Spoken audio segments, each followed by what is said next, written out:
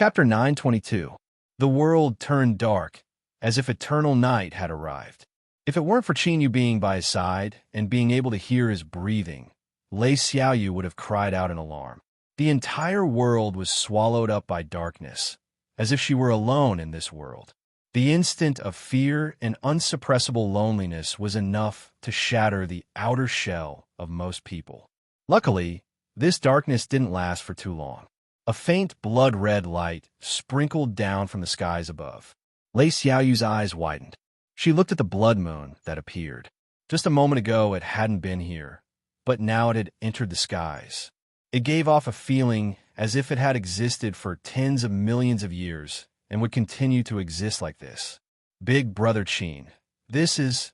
Qin looked at the earth that was draped in blood once more. He slowly said, "It really is like this. A horror is about to arrive." He glanced at the peaceful blood moon in the skies, and his pupils shrank. This was because today's blood moon was rounder than before. This was likely to bring about some unknown and even more terrifying changes. Qinyu never imagined that his speculations would be verified so quickly. When the tree whole shook, the withered ancient tree that supported the heavens revived once more. Whoosh, whoosh. Countless dried branches turned into blood-red tentacles that howled towards the hole. Lei Xiaoyu cried out in alarm, her complexion instantly paling. Qinyu lifted a hand and pulled her behind him. In the next moment, the cut mark at the hole released a silver light, and the blood-red tentacles stopped once more. But at this time, Qinyu frowned. He clearly remembered that the last time the blood moon appeared, these tentacles had stopped 100 feet from the hole. But today they had gone even deeper. Looking around, these tentacles were at most 70 to 80 feet away from the hole. Qinyu swept his eyes over the silver-cut mark at the hole and looked up at the brighter and rounder blood moon in the skies. A dignified look appeared in his eyes. Was this the reason? If the blood moon in this mysterious land also followed the law of the moon waxing and waning in the outside world, then the blood moon in the skies was still some distance away from perfection. In other words, if Qinyu's guess was correct, then the following blood moons would descend several times until they reached perfection. The strength to revive the withered tree would become increasingly strong. Once the cut mark at the hole couldn't stop it, this temporary safe foothold would become a perilous situation. After circling around for a while, the tentacles retracted. Then, just like yesterday, the withered tree plucked out all of its roots and intertwined them into thick legs. With a rumbling sound, it rushed into the distance. Lei Xiaoyu finally recovered from her shock, her eyes filled with disbelief. "Big Brother Qin, this tree is alive. It's actually alive." Qinyu looked in the direction that the withered tree was moving. He knew that it was heading towards the mountain valley from yesterday. What followed next would be a scene of cruel and bloody slaughter. He thought for a moment and said, "Little fish, there might be some scenes that will make you uncomfortable. If you find it unacceptable, then seal off your 6 senses and stand behind me." Lei Xiaoyu pursed her lips. "I understand, Big Brother Qin." Just like the day before, Withered would begin to climb up the steep rock wall. Soon, it reached the top of the mountain, and a huge valley appeared in front of it. The smell of blood in the air had completely disappeared, as if it had been completely absorbed by an invisible existence. After yesterday's slaughter, the number of cultivators and monster beasts had been reduced by nearly half. But now, their numbers had been restored to the scale Qin you had first seen. It was clear that this place wasn't sealed off. It was connected to the outside world, and only then could it continuously replenish its life force. As long as there was a channel, then it wasn't a danger zone. He could think of a way to leave, taking a step back. Even if this was a danger zone, Qinyu would still rely on his fists to punch his way out. Before he could think any further, his heart suddenly chilled as if he had been locked onto. Then, there was a heaven-shaking rumbling sound in his ears. It fiercely turned its head. The bone beast's massive body was bathed in blood-red moonlight as it wildly raced forwards. It roared, and its giant, empty eye sockets stubbornly stared at Qinyu. He could actually feel that its gaze had nearly condensed into essence, as well as a cruel, killing intent that couldn't be washed away, even if all the water in a river flowed into it. Withered would instantly responded. Its legs spread apart, and countless roots drilled into the rock walls, stabilizing its body. At the same time, tens of millions of withered branches turned into countless tentacles that howled forwards. Their speed was unimaginable, causing the air to explode with shrill screams. In that instant, the great beast collided with the tentacles. There was a heaven-shaking explosion like a thunderclap. The tentacles that struck the great beast instantly disintegrated into countless pieces. But it clearly possessed an extremely strong regenerative ability. The broken parts wildly wriggled and regenerated, instantly restoring itself to its original state. Countless blood-red tentacles wildly twisted together, turning into a giant cage that firmly trapped the bone beast within. On the summit, the battle between the withered wood and the bone beast attracted the attention of all around. The eyes of these terrifying life forms that had been resurrected beneath the blood moon began to shine with a ghostly light. Roar! With a loud roar, the bone beast tore apart the blood-red tentacles. It didn't continue to rush forwards. After glaring at Chinyu, it turned and returned to its original position, rearing its head back and roaring into the heavens. Beneath the blood moon, the surface of its damaged bones began to regenerate at a speed visible to the naked eye. After several breaths of time, it was completely restored. The attention that gathered on the summit rapidly shifted away, falling back into the mountain valley. The withered wood didn't retract its roots that were inserted into the summit. It was like a great tree that had grown here for countless years. It had enough strength and confidence to withstand the baptism of wind and rain. Chinyu was secretly startled. Yesterday, he had already expected that these terrifying life forms that climbed up to the summit to feast on his blood energy would be extremely strong. But today, he truly experienced the destructive strength they possessed. Beneath the blood moon, they seemed to be able to obtain a terrifying increase in strength. The strength they could erupt with far surpassed Qin Yu's imagination. In Qin Yu's mind, the danger level of this world instantly rose by several levels. Lei Xiaoyu said with a pale face, "Big brother Qin, this bone beast seems to be the one we saw in the underground abyss." Qin Yu nodded. "That's right, that's it. What you're seeing now is something I experienced yesterday. It is because I can't understand it that I want to find the closest bone beast to us and unravel the secret of its resurrection." As he spoke to hear, he shook his head. It was clear that these terrifying life forms that could only live beneath the blood moon, even if they were in a dead state, weren't so easily destroyed. Otherwise, the cultivators and monster beasts that were desperately trying to survive in the mountain valley would have already thought of a way to help them fall into eternal slumber while they were sleeping. Lei Xiaoyu looked towards the mountain valley, at the massive number of cultivators and monster beasts that were waiting for a great enemy. What are they waiting for? Chinyu was silent for a moment. "I think they are waiting for the true terror of this world." Just as his voice fell, there was no need for him to explain any further. This was because bulges had already begun to appear on the rock walls. As the blood moon shined brighter and brighter, one could clearly see them. The bulges split open and black-armored warriors walked out, sabers in hand. Without hesitation, they flapped their wings and howled as they rushed forwards. All of them opened their eyes. There was no emotion in them, only endless cruelty, slaughter, and destruction. Although he had already witnessed this once, Chinyu was still shocked as he saw the brutal, direct, and crazy scenes of slaughter in the mountain valley again.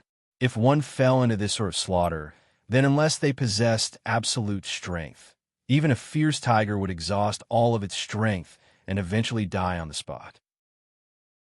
Beside him, Lei Xiaoyu subconsciously held onto Qin Yu's arm, her body constantly shivering. If she weren't leaning against Qin Yu, she feared she would have already fallen to the ground. Perhaps she had heard that her father and brother had experienced a battlefield far more bloody and cruel than this one. But the impact of hearing about it and seeing it with her own eyes was 10 times or even 100 times worse. Smelling the thick scent of blood in the air, Lei Xiaoyu held on to Qinyu even tighter. This wasn't because she was timid, but because of her instinctive fear of death. Qinyu lifted a hand and placed it in front of her frozen eyes. He said in a soft voice, "Don't be afraid. We're safe here. If you really can't forget this scene, then consider it a more realistic nightmare." He lifted a hand and gently pressed it against Lei Xiaoyu's neck. Her tense body relaxed, and she fell into Qinyu's arms. He placed her on the ground. As he saw her frown, even though she was unconscious, Qinyu sighed inwardly. Since he was in purgatory, there were some things he had to know. He didn't know when he would be able to leave or what sort of situation he would encounter in the future. Lei Xiaoyu would eventually have to face these things. Qinyu sat down cross-legged beside Lei Xiaoyu, letting her subconsciously hold onto his hand. His eyes fell on the cut mark at the entrance of the cave. From what he saw in a mountain valley and how the withered tree retreated after attacking, all of this proved that this cut mark emitted a powerful deterrent to the terrifying life forms that revive beneath the blood moon. It made it so that they didn't dare to take another step forward. If he could control this strength, then the purgatory in front of him would naturally become safe. Even these terrifying life forms would become nothing more than chickens and dogs in Qinyu's eyes. Of course, controlling this strength wasn't simple at all. Otherwise, could it be that no one had thought of this point after this world had existed for countless years? Qinyu didn't believe that he was smarter than most people. Since these terrifying life forms still controlled the world covered by the blood moon, it was clear that the strength contained within this cut mark was still a secret. And what Qinyu wanted to do now was unravel this secret. If he were an ordinary cultivator, that would be nothing more than wishful thinking. But after refining the jade embryo egg, Qinyu's level had already far surpassed that of an ordinary person. Looking at the cut mark in front of him that quietly emitted a silver light, a faint thought appeared in Qinyu's mind. If he could smoothly unravel the secret contained within this cut mark, he would have a great harvest. He took a deep breath and suppressed the eagerness in his heart. Now wasn't the time. Who knew what consequences would occur once he tried to unravel it? If there was an accident and this cut mark was destroyed, then his fate would be incomparably miserable. After another 24 hours of crazy slaughter, the black-armored warrior brought the corpses of his companions, cultivators, and monster beasts away like a tide. After dividing up enough blood energy, the 12 terrifying life forms on the mountain peak were satisfied. Then they turned and left. Qinyu didn't bother with the bone beast. Before it left, it swept its cruel and murderous gaze over him. He opened his eyes and looked up at the skies above. The blood moon would soon disappear, and the time for the shrubs to illuminate the world would soon arrive. He had 24 hours of safety to unravel the secret of this cut mark. Rumble, rumble. Madly rushing forwards, the withered tree returned to its original spot and took root. Just as it had appeared, the blood moon vanished without a trace. Chapter 923. In fact, besides unraveling the secret of the cleave mark, Qinyu had an even better choice. That was to pierce through the seal of this world and open a path to leave. That way, he could avoid all the dangers. Unfortunately, he had already tried this before. Although he could vaguely see some veins and lines, even though his eyes were red and swollen with tears, he hadn't been able to find the true path. The blood moon was constantly becoming rounder. This likely meant that the terrifying life forms that were shrouded in it would become increasingly powerful. Qinyu didn't dare to take this risk. This was because he didn't have enough confidence that he could find a way out before the blood moon reached full circle. At that time, if he was lucky, he might be able to survive, but Lei Xiaoyu would definitely be killed. This wasn't a guess, but a 100% certainty. One of Qinyu's strengths was that he was able to maintain a calm and objective understanding of his own abilities. Thus, he chose to unravel the cleave mark. Of course, there was also a reason for this, and that was because he could feel that there were great benefits contained within the cleave mark. If he could unravel the secret, then he could obtain benefits. Lei Xiaoyu had already woken up. She didn't blame Qinyu for knocking her unconscious, because the scene she saw at the time had already reached the limit of what she could bear. If she continued to look, she would definitely be left with a psychological shadow that she would never be able to erase for the rest of her life. Chinyu spoke a few simple words to her. He didn't mention that the moon was gradually becoming rounder and that this world was becoming increasingly dangerous. He only told Lei Xiaoyu that he was interested in the cleave mark and hoped that she could perceive the strength contained within it.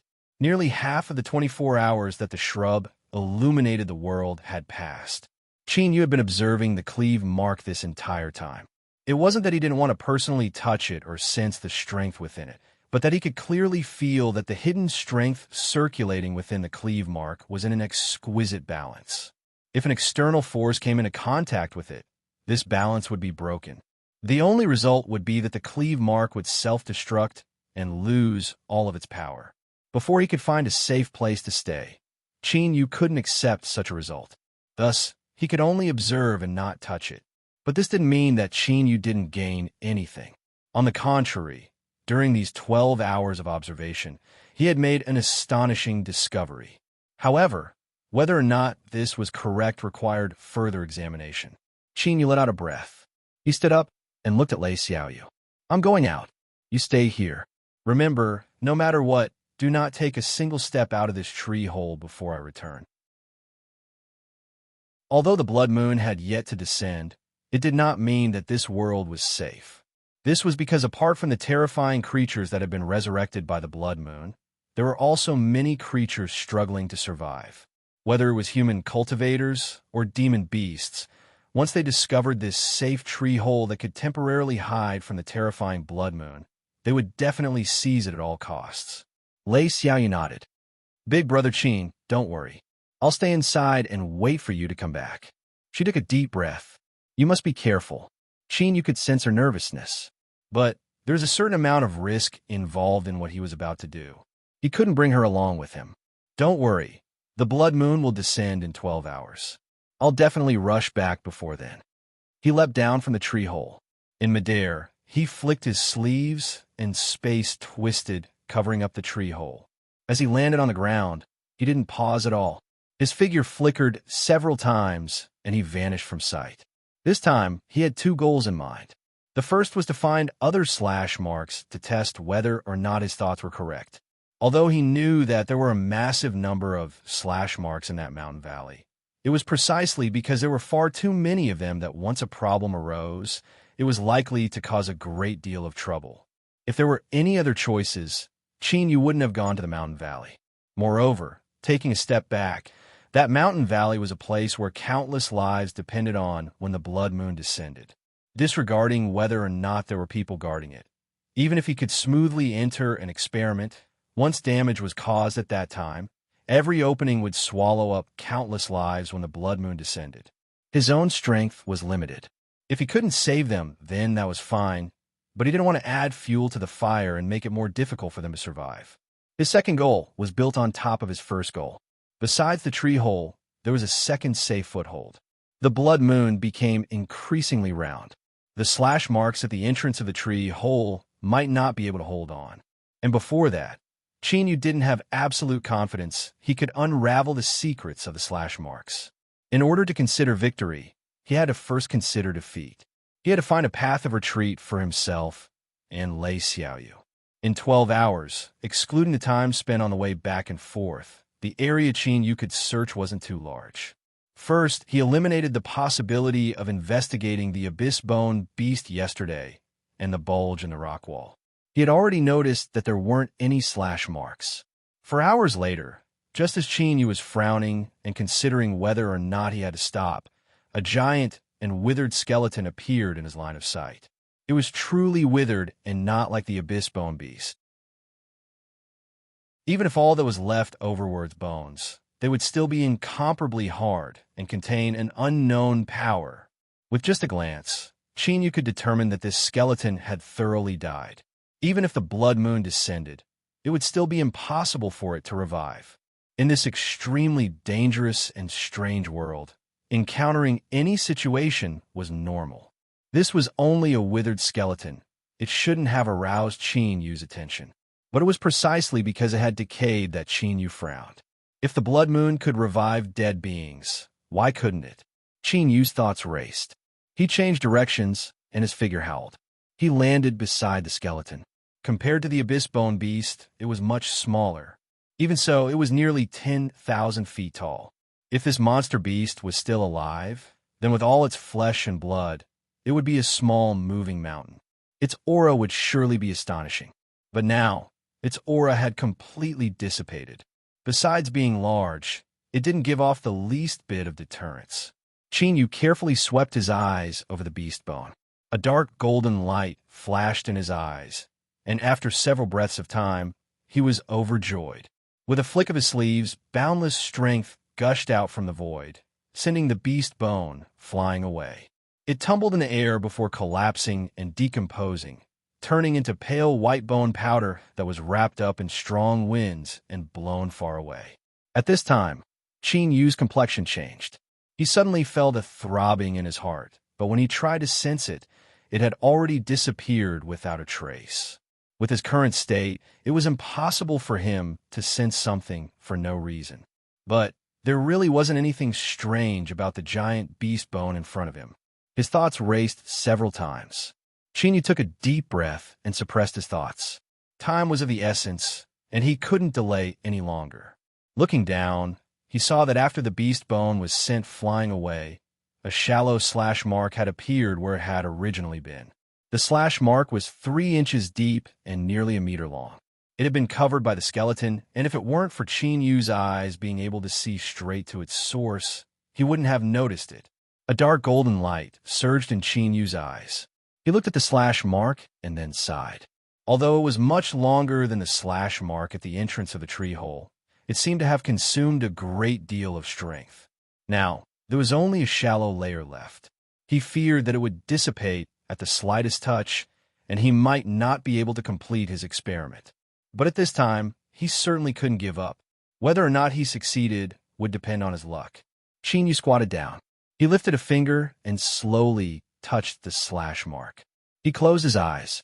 With his fingertip as a medium, he fused his mind into the slash mark. A moment later, there was a light cracking sound, and Qin Yu's eyes shot open. The slash mark on the ground had directly shattered and vanished. In the blink of an eye, it had vanished without a trace, as if it had never appeared.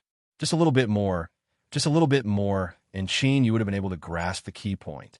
At this moment, even with his calm state of mind, he still couldn't help but feel anxious. He took several deep breaths before he was able to barely suppress it. Qin Yu stood up and drew back his hand. He looked down at his fingertip and saw that there was another slash mark on it. The flesh and blood wriggled as it repaired itself, but it split apart in the next moment. This was the destructive strength that overflowed out when the slash mark broke. Even though it was only an incomparably tiny bit, it contained such an astonishing might. At this moment, Qin Yu was even more determined to obtain the secret of the slash mark. There wasn't much time left. He had to hurry back. Qin Yu turned and left. His speed was even faster than when he came, and he soared straight towards the withered tree. There was still an hour until the blood moon descended. In the distance, Qin Yu could see the branches of the withered tree that supported the heavens. His heart relaxed a little, but in the next moment he tensed up.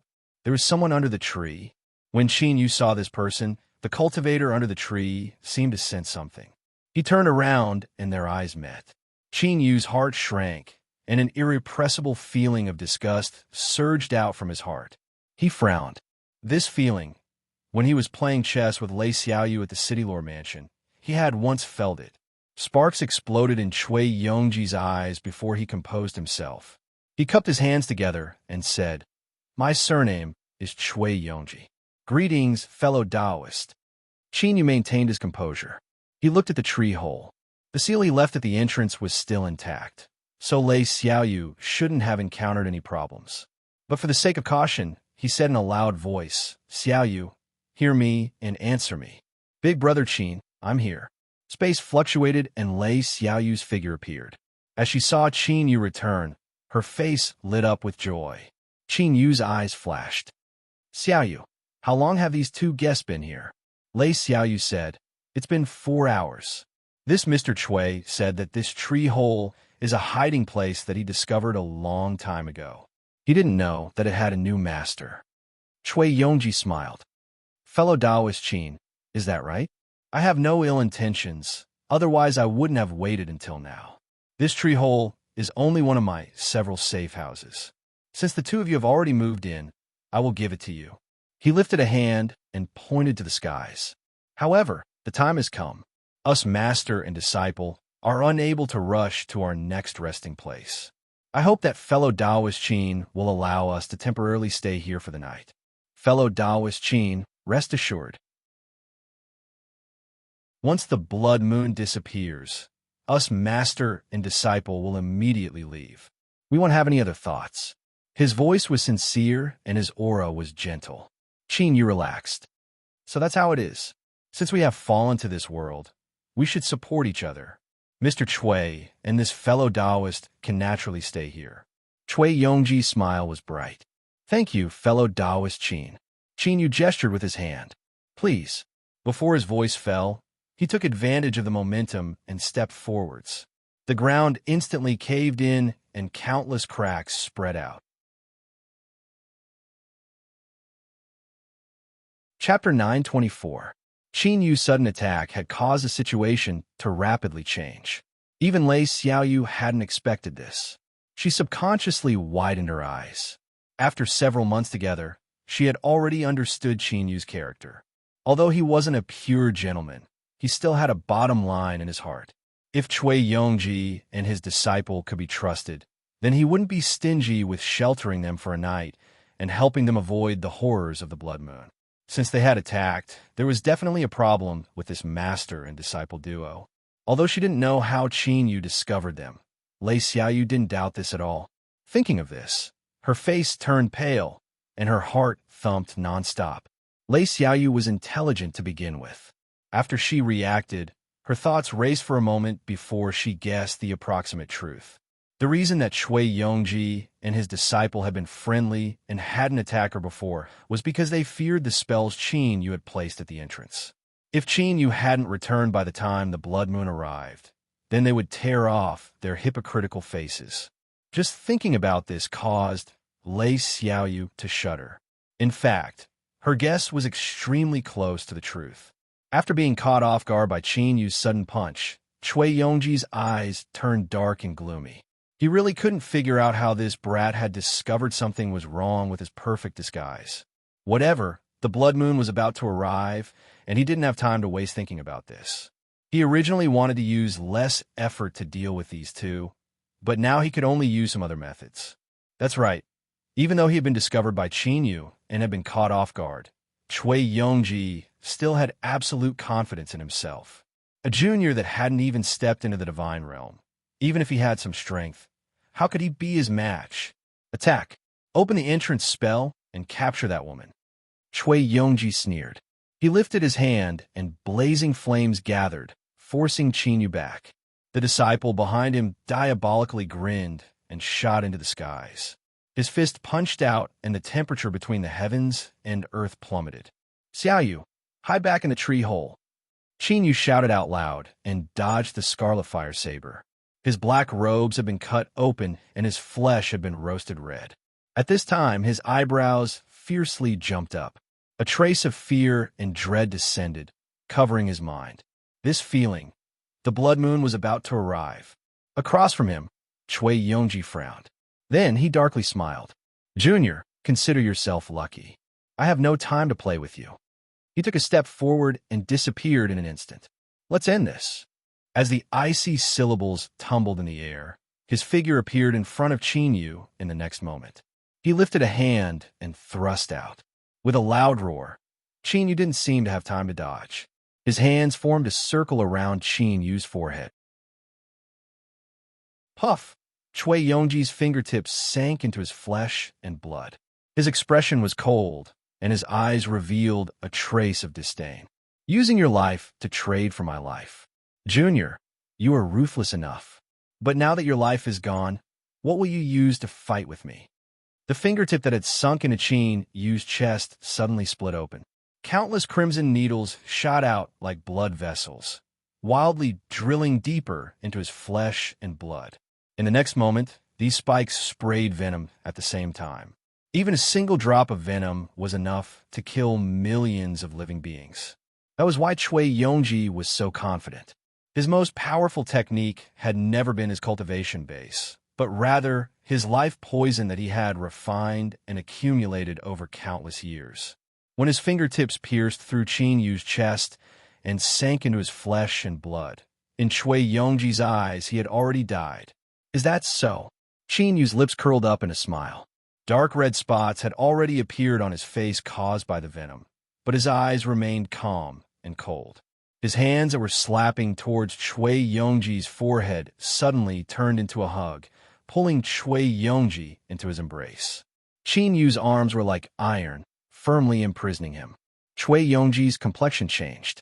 He could feel the formidable strength contained in Qin Yu's arms and instantly knew that there was a problem. He was well aware of just how powerful his own life poison was. Let alone a junior that hadn't even entered the divine realm. Even a powerhouse on the same level would become fish on a chopping board once this poison invaded their body. But it was clear that his life poison hadn't displayed its intended effect this time. Moreover, what caused Chui Yongji's heart to palpitate the most was that he faintly felt as if he had fallen into some fatal trap. Like a bolt of lightning cutting through the fog, a thought suddenly drilled into Chui Yongji's mind. He deliberately allowed me to get close to him. But why? How did this junior know of my strongest technique? And how did he manage to resist the onslaught of my poison? Qin Yu didn't give Chui Yongji any more time to be angry or think. At this moment, his right index finger suddenly turned transparent. A terrifying swallowing strength erupted from it, and the target it swallowed was the life poison that Chui Yongji had placed into Qin Yu's body. His life poison was swallowed. To Chui Yongji, this was no different from a heart-wrenching pain. His eyes turned red, and he screamed out, "Impossible! How could you do this?" At the same time, all of his strength crazily erupted. He wanted to break free from Qin Yu's imprisonment and take his finger back from his body. Kacha! Kacha!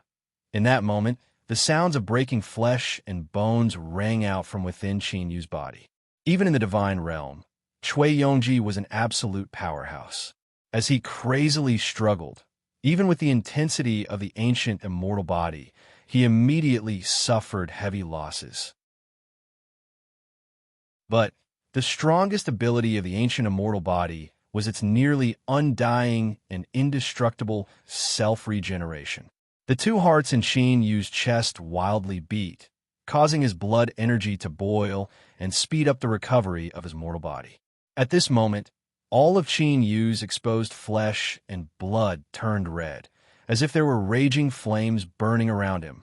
But this sort of eruption method consumed a terrifying amount of blood energy. Even with Qin Yu's mortal body, he couldn't maintain it for too long. He had to find a source to replenish it. Qin Yu landed on Chui Yongji's back. His 10 fingers tightened like claws, instantly tearing apart his flesh and blood as he displayed the ancient race's tyrannical plundering technique. Bang! Billowing blood energy was wildly plundered.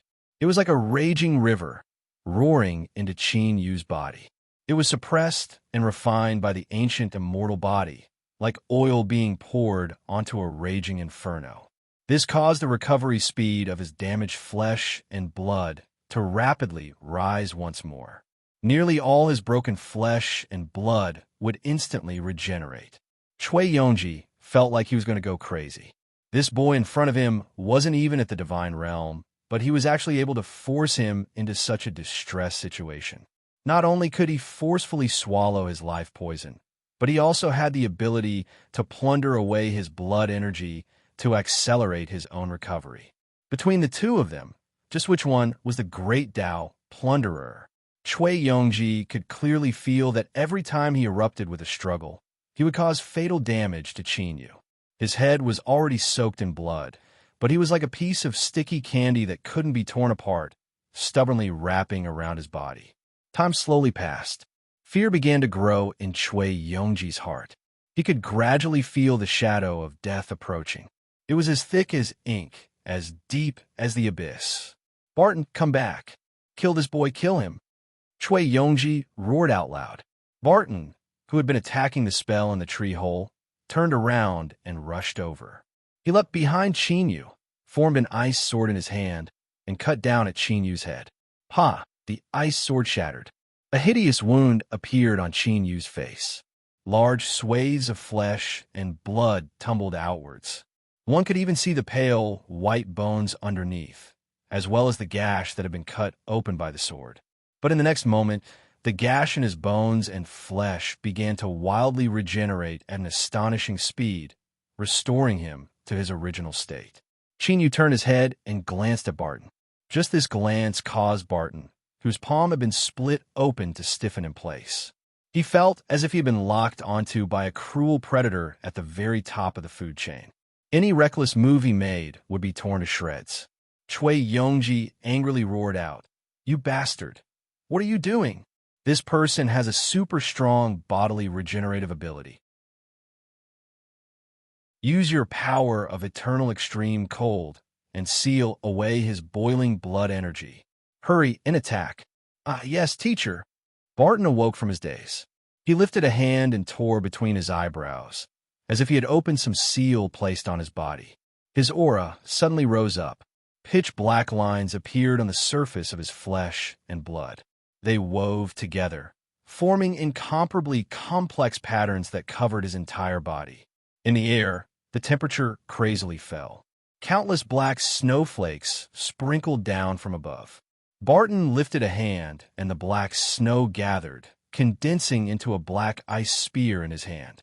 Without any hesitation, Barton grasped the black ice spear with both hands. He leapt high into the air and ruthlessly thrust it towards Qinyu's back. Puff! His taut flesh and blood tore apart, and the black ice spear pierced through his chest. Barton's eyes lit up with joy. He didn't pull out the spear at all, instead ruthlessly thrusting it down once more. Puff! Qinyu's chest was pierced through once more. He spat out a mouthful of blood, the blood mixed with bits of ice. The power of eternal extreme cold contained within the black ice spear had already invaded Qinyu's body, crazily destroying it. And what was most terrifying was that this ice-cold strength could actually freeze his blood energy. Qinyu's bodily regenerative speed was clearly reduced. Chui Yongji laughed. "Good, this is it." He stubbornly glared at Qinyu, his eyes blazing with hatred. "Junior, although I could feel that your aura was extraordinary, I never imagined that you would have such terrifying methods. But today, you are doomed to die. I will eat you up, bit by bit, and then obtain everything you have." The entrance to the tree hole was sealed, and the withstanding attacks had already stopped. Lei Xiaoyu hesitated again and again. Then, she cautiously looked out. What she saw caused her heart to nearly stop beating. Qinyu was pincered by Chui Yongji's apostle and couldn't turn around. He could only allow the people behind him to pierce through his body with ice spears. Puff! Puff! In the moment that she was stunned, 2 more holes appeared in Qinyu's chest. Their surfaces were covered with ice crystals, and the rate at which their flesh and blood grew was extremely slow. Looking through the holes, one could clearly see that his heart was riddled with scars. His heart had been pierced through many times, and although it was doing its best to repair itself, its speed was becoming increasingly slow. If this continued, it would eventually come to an end. "Ah!" Lei Xiaoyu screamed out loud. Without hesitation, she rushed out from the tree hole. Her long hair fluttered in the wind, instantly turning purple. Rumble, rumble.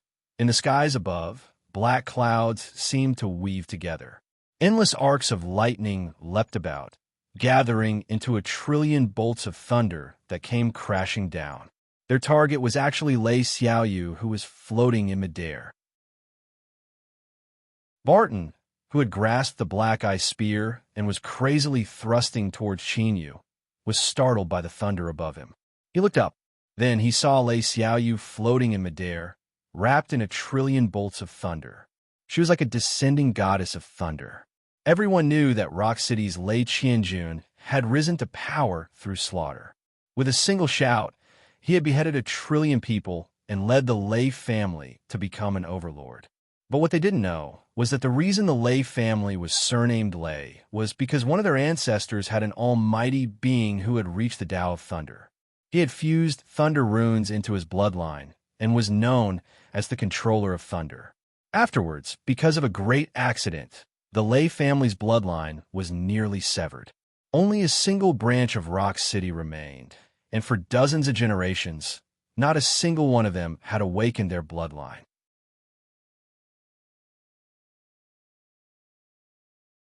Chapter 925. Bathed in the baptism of 10,000 lightning, Lei Xiaoyu's eyes turned silver white. Her expression was icy cold and without the least bit of emotion. She lifted a hand and pressed forwards. Barton screamed out loud. His body exploded into countless blood shadows that howled in all directions. This was his strongest, life-saving ability. Once he used it, his cultivation would be greatly damaged and he would forever lose a part of his soul. This would affect his future cultivation. But at this time, he didn't hesitate at all. This was because the moment Lei Xiaoyu lifted her hand, Barton could feel the aura of despair. If it didn't run away, he would immediately die. Rumble, rumble. Endless lightning flooded the world, weaving together into a boundless net that covered the world without leaving a single gap. No matter how many of the blood shadows Barton turned into when he blew himself up, there was no way for him to escape this omnidirectional attack. Beneath the thunder, the blood shadows were like water vapor, evaporating in the blink of an eye. The silver white in Lei Xiaoyu's eyes rapidly faded, and her long hair returned to black. She fell to the ground, vomiting great mouthfuls of blood. Just that strike just now had exhausted all of her strength. The Lei family had existed for dozens of generations, and there had never been a bloodline awakener. The most important reason was that the thunder-controlling bloodline was tyrannical and had extremely high requirements for a cultivator. For Lei Xiaoyu to be able to erupt with the strength of a single strike in her current state was because of her powerful bloodline. But she also had to pay a price. She fell to the ground, her body curled up, and her aura rapidly weakened. In the blink of an eye, she was like a candle in the wind, about to be extinguished in the next moment. Qinyu roared out, "Xiaoyu." He took a deep breath and roared out loud. Icicles drilled out from his body. This was the power of eternal cold that invaded his body, being forcefully forced out. Cui Yongji's eyes twitched. He felt an irrepressible fear towards this Qinyu. Madman. This was a madman that couldn't be beaten to death. Barton had already died, and it was impossible for him to win. He had to immediately run away. If he continued like this, he would really die here. As for the blood moon that was about to arrive, Cui Yongji didn't care about that anymore. With his methods, if he ran away, he would at least have a chance of surviving. Junior, we will definitely meet again in the future. I swear that I will make you pay the price. Cui Yongji roared with hatred. His body was like wax under high temperatures, rapidly melting into a puddle of black goo. He broke free from Qinyu's imprisonment and wriggled about to escape. You can't escape. Qinyu looked down at the wound on his chest and the black mucus that was tightly sucked in. He lifted his right index finger and coldly said, "If you cannot keep this person here, then there is no need for you to continue existing." A black vortex appeared on the transparent index finger. As it spun rapidly, a blurry face could be seen. It was like another Qinyu's face. It was extremely similar to him, but it was deathly pale without the least bit of life. It was as if the meaning of this face's existence was only destruction and slaughter, and it caused all things in the world to feel terror and despair. The black goo that Cui Yongji had turned into pulled out a long tail. The tail was stuck in Qinyu's chest. Now, this tail seemed to be grabbed by someone and wildly pulled backwards. No, just what kind of monster are you? I have transformed into an invisible body that is unfettered by all shackles, yet I still can't break free. Cui Yongji's face appeared in the mucus. He looked at Qinyu, his face filled with panic. As a plunderer of the great Tao, he had always been a nightmare of other cultivators. This was the first time he had felt the taste of despair from someone else. The swallowing strength coming from Qinyu's body became increasingly strong. Cui Yongji could almost hear the sound of sharp teeth grinding against each other. If he didn't escape now, there really wouldn't be enough time. Ah! With a miserable cry, Chui Yongji's invisible body seemed to be cut apart by a sharp blade, split in half. The half that obtained its freedom shrank into a ball and howled into the distance. The other half lost the ability to resist and was instantly swallowed up. Qin Yu glanced at the direction that Chui Yongji fled in. Without hesitation, he turned and rushed towards Lei Xiaoyu. At this time, the world suddenly fell into pitch black. The blood moon was coming. In this darkness, it was like he was bathing in the extreme cold of the world. Qin Yu felt as if the blood in his body would freeze over. He roared out with all his strength. The two scarred hearts in his chest wildly beat as he forcefully maintained his movements. Lei Xiaoyu's weak voice was incomparably clear in the darkness. Big brother Qin, leave, hurry and leave. The blood moon is coming, Shua. In the blink of an eye, as far as the eye could see, everything was bathed in the color of blood. This was the first time that beneath the illumination of the blood moon, the chill that Qin Yu felt increased by 10 times, or even 100 times over. Kacha! Kacha! He could hear the blood in his body freezing. He was here, he was almost there. Lei Xiaoyu was right in front of him. Ha! Qin Yu crashed into the ground. As the ground caved in, he reached out and grabbed the stiff Lei Xiaoyu. He turned his head to look up. This simple movement actually required a tremendous amount of strength. His neck emitted creaking sounds. Get out of here! With a roar, the sun and moon force field within his soul space instantly spread out, isolating the icy cold that invaded Qin Yu's body. With a heavy step, Qin Yu held on to Lei Xiaoyu and shot into the skies, hurtling towards the entrance of the tree hole. But at this time, the withered tree that was bathed in the blood moon had already begun to revive. Those bare branches that pointed towards the skies were quickly dyed with the color of blood, turning into nimble tentacles. With an excited scream, countless tentacles howled out, weaving together into a net that would seal off Qin Yu's path into the tree hole. In midair, life and death could be decided in an instant. Qin Yu's consciousness entered an incomparably calm state. He was well aware that he couldn't rush into the tree hole before the tentacles blocked him. There wasn't enough time. He had to slow down by a single breath of time. This single breath of time represented life or death. Taking a deep breath, Qin Yu lifted a hand, his eyes filled with determination. Since there wasn't enough time, then he would ask for one more breath of time from the heavens and earth. His finger fell. At this time, the rules of the Tao of time were triggered. Qin Yu spat out a mouthful of blood. The blood tentacles that shot towards him suddenly came to a standstill. Whoosh! By a hair's breadth, he brushed past the blood tentacles. Qin Yu rushed into the tree hole and tumbled to the ground. Outside the tree hole, the frozen time was restored.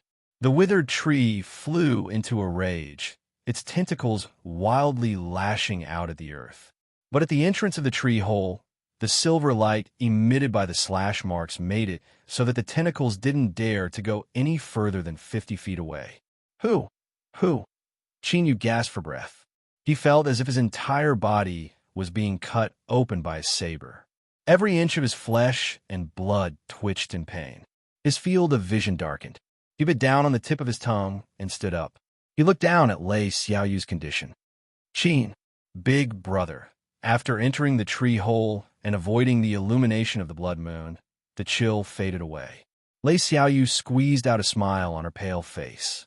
I finally am no longer a burden. Qin Yu lifted a hand and placed it on her body. You saved my life, so of course you aren't a burden.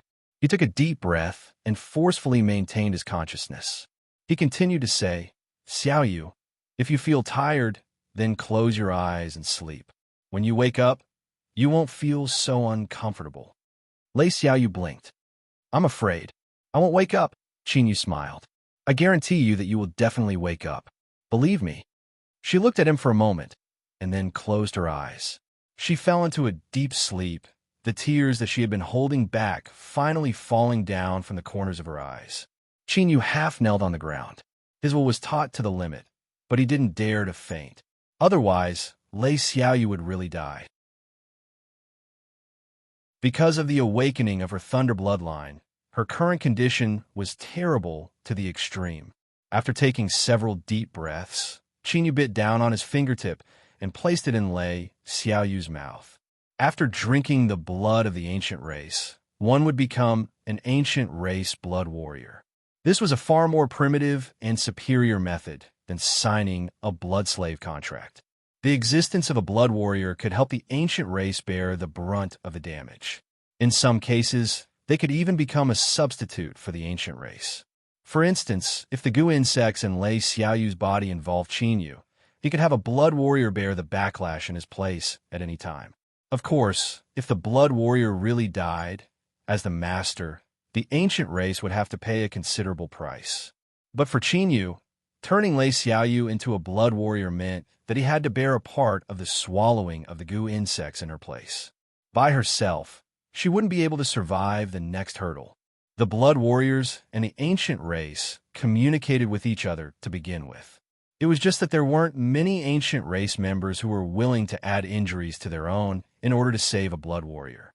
Qinyu forcefully endured the loss of blood and the intensifying feeling of weakness and collapse. Then, with a light hum in his mind, the runes of a blood warrior began to appear on the surface of Lei Xiaoyu's body. Qinyu immediately felt the swallowing of the goo insects in Lei Xiaoyu's body. It was like an iron rod was ruthlessly piercing into his head. Qinyu spat out a mouthful of blood. Before his consciousness fell into darkness, his last thought was, how had Lei Xiaoyu managed to withstand the terrifying pain of being swallowed by the goo insects all these years? When Qinyu awoke once more, the blood moon hung high in the sky outside. The withered tree stood atop a mountain peak, wildly fighting with two bone beasts. 1 against 2, the withered tree was clearly at a disadvantage. By relying on its massive body and powerful regenerative abilities, the withered tree was able to barely maintain a stalemate. The ancient race's immortal body displayed its powerful regenerative abilities. Although Qinyu still felt a bit weak, his movements were no longer hindered. He hurriedly checked Lei Xiaoyu's condition. Although her aura was weak, it had already stabilized and her life wasn't in danger for the time being. Qinyu relaxed a little. He looked up at the two bone beasts fighting the withered tree. One of them was the one he had investigated before, but the other one was unfamiliar. Looking carefully, it also seemed a bit familiar. Shaking his dizzy head, Qinyu finally realized that this bone beast was actually the same as the one he had seen when he first found a cut mark. It was just that this bone beast was clearly larger than the one he had seen before. Looking at the situation of the battlefield, the bone beast he had investigated before was clearly holding back.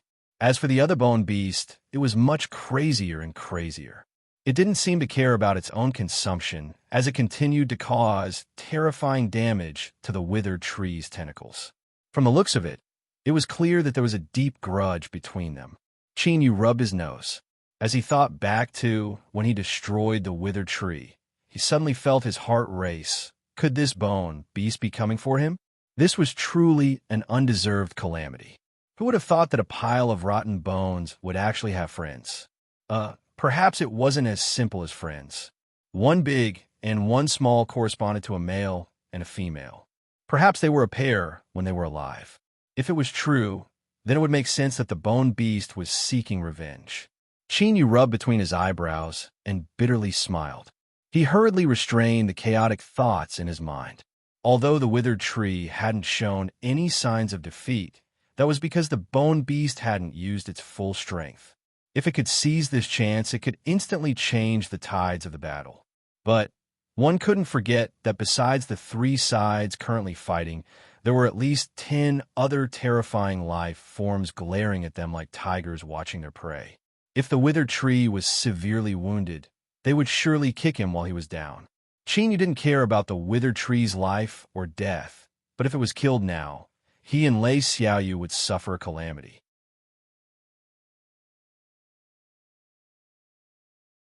Chapter 926. Let alone Qinyu's current condition. Even if he was at his peak, he still might not be able to resist a single bone beast. Looking at the increasingly full blood moon above his head, Yu took a deep breath. A dark golden light shined in his eyes. As he thought, he saw something different.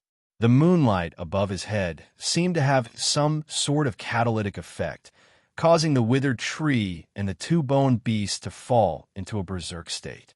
This could be explained. Otherwise, the withered tree clearly had its own will, and it would have sensed the danger it was in. Looking away, Yu frowned. After several breaths of time, a sharp light flashed in his eyes. The longer he delayed, the greater the influence the blood moon would have on the withered tree. Without any other choice, he could only gamble and hope that this resurrected withered tree wasn't brainless. His thoughts stirred, and the dark golden light reappeared in his eyes once more. The sun and moon force field fluctuated, covering Yu. He lifted a foot and stomped down. Because he was inside the withered tree, the vibrating sound waves were directly transmitted into its consciousness. Taking advantage of the moment when the withered tree paused, Yu roared out, "If I don't leave now, when will I?" This voice contained the aura of the jade embryo egg, as well as the fluctuations of the sun and moon force field. The withered tree's roots dug deep into the mountain summit, wildly lashing out at the two-boned beasts. Suddenly it trembled. At this moment, the interference the blood moon exerted on it was interrupted for a moment. Without hesitation, the withered tree pulled out its roots and wove them together. Then it turned and raced down the mountain. Roar! Bone Beast 2 roared out loud and chased after it without hesitation. Bone Beast 1 was still preserving its strength. After a moment of hesitation, it shook its giant head, reared back its head, and stayed on the mountain's summit. It seemed as if it didn't want to force the withered tree into a desperate situation. Or perhaps the blood vitality in a mountain valley was more enticing to it. The withered tree's several legs wildly raced away. Bone Beast 2 chased after it. After leaving the mountain valley, the two sides engaged in a fierce battle. In the end, Bone Beast 2's body was twisted in half, and half of the withered tree's tentacles were cut off. Both sides were wounded. The shrub drilled out from the ground, and the blood moon vanished. Before that, the withered tree dragged its heavy steps back to where it grew and took root. Yu could feel its weak aura. It was clear that it had suffered heavy injuries after such a great battle. Without bothering to continue observing the withered tree, Yu glanced at the unconscious Lei Xiaoyu and closed his eyes to cultivate. He needed to recover from his injuries as soon as possible. 3 days later, there was only a small piece of the blood moon left from reaching full circle. Yu estimated that it would take at most 5 days for the blood moon to reach full circle. This was a bit different from Yu's predictions. Although the blood moon followed the law of waning and waxing, it clearly wasn't a 30-day cycle. It should have been a bit longer. Shua, he opened his eyes. In the pitch-black world, a sharp light flashed in his eyes. A few breaths later, the light from the shrub illuminated the world. After quietly looking at the world outside the tree hole, he stood up and walked over to Lei Xiaoyu's side. After sleeping for several days, and with Yu sharing the burden of the goo insects, her condition had stabilized. He lifted his hand and placed it between her eyebrows. After several breaths of time, Lei Xiaoyu's eyelashes fluttered and she slowly opened her eyes. "Big Brother Qin." His voice was still weak. Yu smiled. "I said that you would definitely wake up. I didn't lie to you." Lei Xiaoyu nodded. She tried her best to smile, but tears rolled down her cheeks as she smiled. Yu's expression stiffened. He looked into the depths of her eyes and saw some tumbling emotions. He slowly said, "You know?" Lei Xiaoyu turned her head away and wiped away her tears.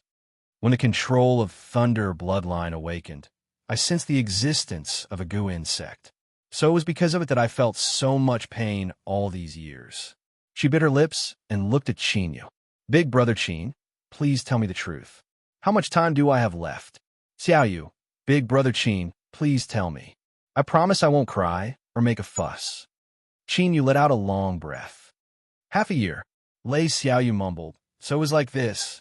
It seems my senses weren't wrong. Thank you, Big Brother Qin, you didn't lie to me." This girl had actually sensed her lifespan. It must be because of her bloodline awakening. Qin Yu grasped her hand. Xiao Yu, there isn't much time left. I cannot patiently sit down and comfort you, but I guarantee you that you still have a chance to continue living. Exerting some force, he pulled Lei Xiaoyu up and turned her around to lie on his back. When he reached the cave entrance, Qin Yu jumped down. Strong winds howled in his ears, and he narrowed his eyes. Ha! He landed on the ground. Without hesitation, Qin Yu carried Lei Xiaoyu on his back and raced towards the end of the dark world. Xiaoyu, do you know? If I cannot unravel the secrets within the slash marks, then perhaps we will only have 5 days left to live. He briefly explained the changes in the blood moon and the relationship between the slash marks. Big Brother Qin, is this true? I won't lie to you. In truth, although I have grasped some key points, I have no confidence in whether or not I can succeed. So, in a sense, we are all standing on the edge of death. But I have not given up, nor will I give up. Even if there's only a sliver of hope, I will do my best to find a way to continue living. Big Brother Qin, I didn't tell you before because I didn't want you to worry. But now, I'm telling you because I hope you can understand that there is no such thing as a smooth road in this world.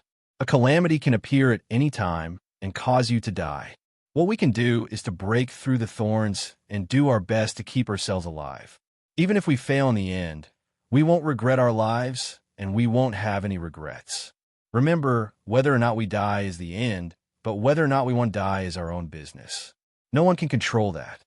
The conversation ended here.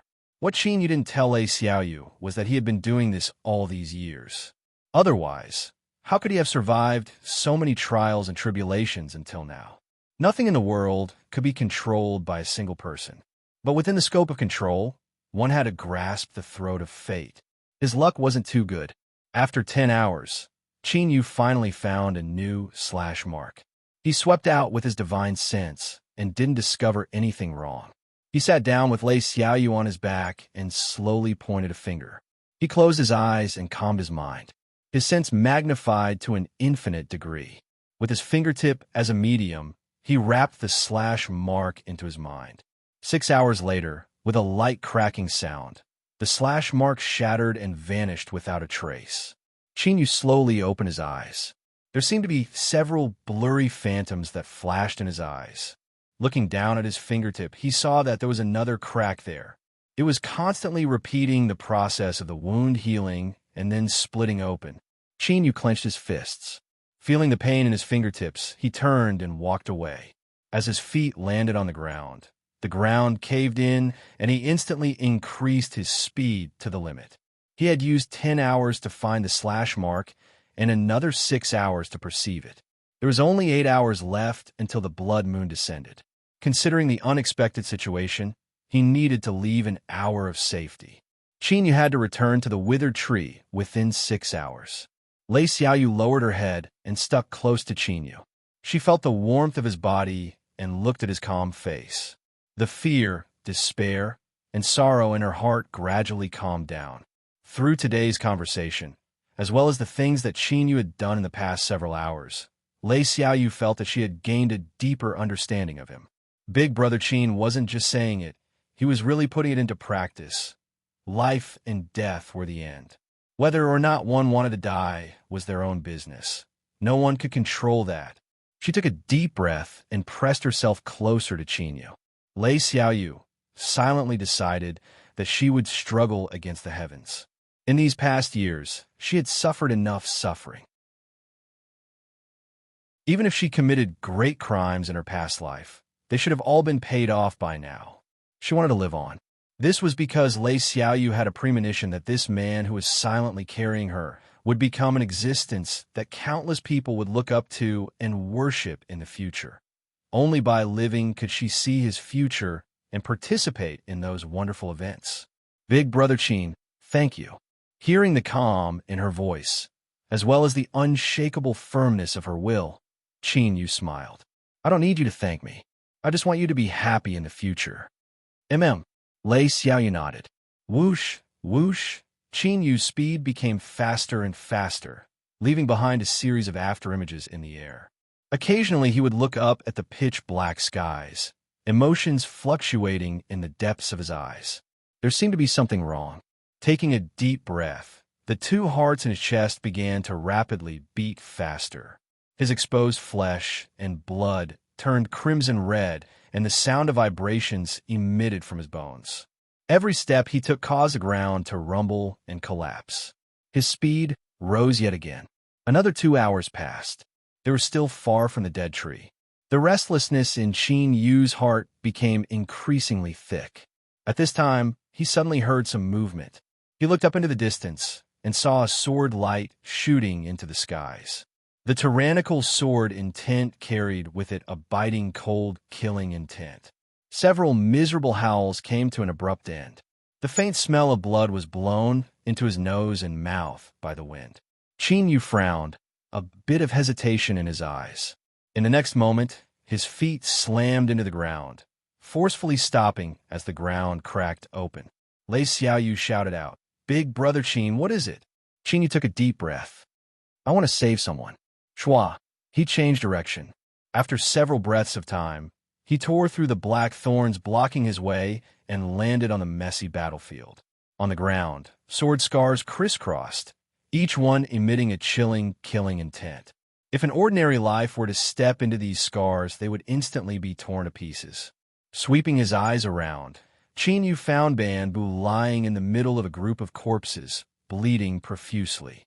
That's right, this was the powerful sword cultivator that he had saved in Riverwater City in order to attract the attention of all sides. When Qin Yu saw the sword light, just now, he had sensed his aura. At this time, Bamboo's eyes flashed open. With a humming sound, a terrifying sword intent locked onto him. Qin Yu glanced at him. He lifted a hand and pointed forward. The terrifying sword intent was like a bubble that instantly burst and dissipated. Bamboo's eyes widened, and he was stunned. You are, Qin Yu lightly said. "If you don't want to die, then follow me." He lifted a hand and grabbed Bamboo. Then, he turned and continued running towards the ancient tree. Finally, the ancient tree appeared in the distance. In normal circumstances, the blood moon would only arrive in another 2 hours. But the restlessness in Qin Yu's heart told him that some change had occurred. He didn't slow down at all. Instead, he moved even faster than before. Holding his breath, Qin Yu erupted with an unprecedented limit. Bamboo stuffily coughed as he was pulled.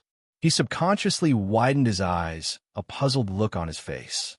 He didn't know why Qin Yu had suddenly accelerated, but it was clear that this sort of forceful eruption would place a tremendous burden on his body. In such a terrifying place, he had to ensure that he had enough strength at all times. Otherwise, danger could descend upon him at any moment. In Bamboo's eyes, Qin Yu's actions were meaningless. It could even be called stupid. But he didn't dare to come to a conclusion. This was because Qin Yu's terrifying finger had shattered the last of his sword intent and struck his mind, causing him to recall certain scenes from Riverwater City. Thus, Bamboo had given up resisting and willingly allowed himself to be taken away by Qin Yu. Without waiting for him to think any further, Qin Yu's feet slammed into the ground. He pulled Bamboo and Lei Xiaoyu and shot into the skies. As the spatial imprisonment vanished, Bamboo suddenly realized that Qin Yu's goal was this tree hole. But now that they were so close, his previous actions became even more unreasonable. "Pa!" Qin Yu landed on the ground and put Bamboo down. He turned and looked at the world outside the tree hole. 1 breath of time, 2 breaths of time, 3 breaths of time. In silence, time quietly passed. Bamboo's lips moved, but before he could speak, a blood-red color covered the earth.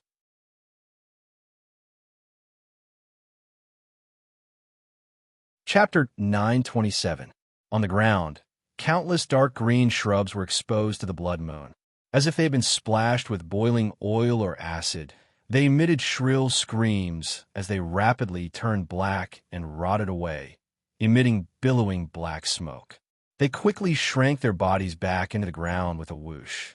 However, the black smoke soared into the sky and gathered in the sky. In the end, it formed a huge rolling sphere that continued to rise upwards at an unstoppable speed. This was because the goal of this black sphere was the blood moon hanging high in the pitch-black skies. It grew faster and faster, flying higher and higher until all that was left was a black dot. At this moment, in the entire mysterious world, all living beings, without exception, could clearly hear no sound of collision. But a heaven-shaking roar rang out in their minds, setting off endless vibrations that left their ears ringing and their vision dizzy. Thus, on that nearly round blood moon, a small black spot appeared. If one didn't look carefully, they wouldn't be able to see it. But it did exist. It was like a giant crater formed after a meteor struck it. Chinyu had a solemn expression. His eyebrows furrowed together as he looked up at the descending blood moon. Faint traces of dark golden light surged in the depths of his eyes. In this state, he could faintly see the surface of the blood moon being rapidly annihilated and swallowed up by the black smoke. But during this process, the light released by the blood moon clearly dimmed a great deal. It was clear that there was some sort of balance between it and the shrubs on the ground. By breaking this balance and arriving in this world ahead of time, the shrubs would suffer tremendous damage, and the blood moon would also pay the price. Bamboo's eyes widened. He looked outside the tree hole and saw the earth covered in blood red. Then, he looked at Chinyu's back. The hesitation and puzzlement in his heart melted away like snow beneath the blazing sun. It was that person. It had to be that senior. Otherwise, who could sense the arrival of the blood moon ahead of time and avoid its attack? With this judgment in mind, the more he looked at Chinyu's back, the more he felt it was similar. Although this senior had worn black robes, he could still roughly distinguish their figures. With a deep breath, Bamboo struggled to his feet and kneeled. Bamboo, thanks, senior, for saving my life. When we parted that day, Chinyu lifted a hand, interrupting his words. He lightly said, "Cultivate first. Once your injuries stabilize, I have some instructions for you." Bamboo respectfully nodded. He retreated to a corner of the tree hole and sat down cross-legged. Lei Xiaoyu looked at him, then at Chinyu. "Big brother Qin, do you know him?" Chinyu nodded. "I helped him out a little in the past. I didn't think he would remember me." This was obviously a lie, but the clever Lei Xiaoyu blinked her eyes and said, "Oh." She didn't pursue the matter further. Chinyu smiled. "Don't think about it too much. It's true that I have a use for this person. You rest first. I will continue meditating." He put down Lei Xiaoyu and walked to the entrance of the tree hole. He sat down cross-legged and looked at Zhang Hen, finding it hard to calm his heart. Looking up at the blood moon, Chinyu subconsciously narrowed his eyes. Indeed, his senses had been correct. The blood moon had descended 2 hours in advance. It was foreseeable that many people would be caught unprepared and encounter danger. Some might even lose their lives. If he hadn't sensed it ahead of time, he would have become one of the people who might have died. Chinyu's eyes were deep and profound like a nebula, able to contain all things. He was silent, but there was a thought in his heart. As time passed, it became increasingly clear. The blood moon that suddenly descended had broken the balance of the world and willingly withstood the backlash of the shrubs. Could its goal be him? It wasn't that Chinyu thought too highly of himself or that he was delusional. Rather, it was that he was well aware of the secrets on his body, and they were tempting enough. Disregarding the little blue lamp, just the jade embryo egg in the sun and moon force field, any one of them could stir up a storm of blood. And he had used these two strengths in this mysterious world when the blood moon had descended. Of course, the most important thing was that Chinyu felt an intense restlessness in his mind. He had already sensed this several hours ago. If this had nothing to do with him, then how could he explain this intense feeling? Although he didn't know what this blood moon that descended every 24 hours was, his intuition told him that he had to leave this world as soon as possible. Was this the covetousness of the blood moon? Chinyu bitterly smiled. He shook his head and suppressed these thoughts. He closed his eyes and opened them again a moment later. His eyes were calm as he looked at the Zhang Hen at the entrance of the tree hole. There were still 4 days left. No matter how anxious he was to leave, he had to survive the night of the full moon first. Perhaps it was because the wounds he had received in his battle with the bone beast were too heavy, But after the withered tree revived today, it didn't leave the place it had taken root in. The tentacles tried to break into the tree whole once more. They stopped 20 feet away, hesitating for a long time before finally retreating. However, even if it didn't rush to the mountain valley to split the blood energy, the withered tree still had harvests. It stretched out its blood-red tentacles, bathing itself in more of the blood moon's light. Beneath the illumination of the blood moon, its recovery speed was noticeably faster. You could feel that the withered tree's strength was rapidly increasing. But all of this was only passively reflected in Yu's perception. It was like a shadow flashing by. All of his attention was focused on the small Jean mark in front of him. He woke up midway. Besides his tyrannical sword arts, he also cultivated other arcane skills. His recovery speed was far faster than an ordinary cultivator's. As he looked at the cave entrance and saw Yu sitting cross-legged, a look of admiration and reverence gradually appeared in his eyes. It seemed that the reason Senior appeared here was to unravel the secrets within the Jean mark. Not long after he left Riverwater City, he had been searching for soul treasures. Because of an accident, he had appeared in this world. Several months ago, Bamboo had attempted to unravel the secrets of the Jean mark. As a sword cultivator, he could faintly feel the sword intent contained within the Jean mark. But unfortunately, Bamboo had failed. It was only afterwards that Bamboo learned that nearly all the cultivators who first entered this world had attempted something similar. But not a single one of them had succeeded. Instead, the Jean mark in this world had suffered massive damage because of their attempts. Nowadays, besides newly arrived cultivators, no one dared to touch the Jean mark in this world. Otherwise, as the number of Jean marks decreased, more and more lives would die in the terrifying descent of the blood moon. If it were another cultivator standing in front of him today, Bamboo would have stopped him without hesitation. In his opinion, this was only destroying the Jean mark. There was no meaning in doing so, but the one doing so was Yu. Deep in Bamboo's eyes, he couldn't suppress his excitement and joy. If Senior succeeded, then this world would no longer be dangerous. He might even be able to smoothly escape. Of course, there were also some doubts in Bamboo's heart. From what he could sense, with Senior's strength, even if this world was dangerous, it shouldn't pose a threat to him. But now, it seemed that Senior was acting cautiously. Could there be some other reason? 24 hours passed in the blink of an eye. After the blood moon vanished and the eternal night that covered the world arrived, it was illuminated once more by the impatient bushes. After being attacked by the blood moon, the bushes were dispirited and listless. But the light they released was even brighter than before. It was like a silent warning to the blood moon not to attempt to change the rules. Yu stood up. Behind him, Bamboo and Lei Xiaoyu opened their eyes at the same time. Xiaoyu, come here. Lei Xiaoyu walked over and climbed onto Yu's back. He turned and looked at Bamboo. How are you? Bamboo respectfully bowed. My movements are no longer hindered. If Senior has any instructions, please feel free to speak. Yu said, I need to find more Jean marks. You should understand what I mean. Bamboo's heart shook. He thought that Senior must have already made some harvests. Indeed, a Senior was a Senior. Even if his aura was strange, the abilities he possessed weren't something he could guess at. Without hesitation, he continued to say, Senior, I know the location of a Jean mark. Yu's eyes brightened. With yesterday's speed, how long would it take to get there? Bamboo thought for a moment. It would take 8 hours. Lead the way. Bamboo leaped into the air. While he was in midair, his sword suddenly rang out and whistled towards the horizon. Yu glanced at his back. With a flick of his sleeves, he laid down a spatial imprisonment covering the cave entrance. Then he shot into the skies. Bamboo, this is only an avatar of mine. The strength it can control is limited. Slow down a bit. Yu's voice echoed in his ears.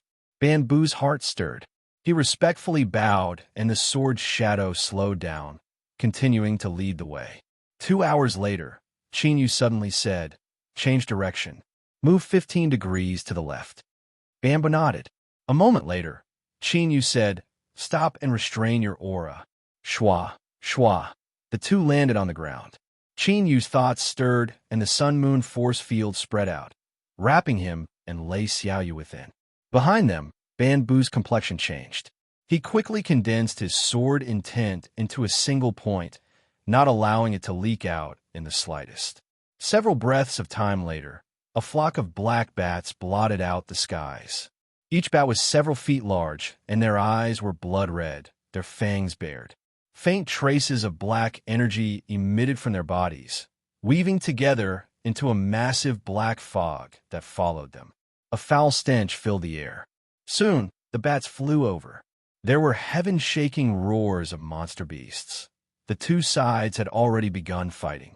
Even though they were separated by a great distance, one could still feel the powerful fluctuations of auras released by these monster beasts. Bamboo's forehead dripped with beads of sweat. If it weren't for the fact that he had turned around and stopped just in time, he feared they would have entered the monster beast territory and then been attacked by the bat swarm. Even with his cultivation, just thinking about the consequences left him cold. Hiss! Bamboo sucked in a breath of cold air. All the hairs on his back stood up. At some unknown time, his exposed flesh had been covered in a layer of black. Poison. It was the bat swarm from just now. As he thought about the foul stench, Bamboo's complexion turned ugly. He had already carefully sealed himself away, but he never thought he would still be poisoned. For there to be a reaction so quickly, it was clear just how terrifying the poison was. Bamboo didn't dare to hesitate. He hurriedly said, "Senior, I've been poisoned. I must force it out immediately." Qin Yu glanced at him, his eyes light. "Don't move." Holding onto his hand, the black color that appeared on Bamboo's flesh began to fade at a speed visible to the naked eye. After several breaths of time, it completely vanished. Qin Yu drew back his hand. "Let's hurry."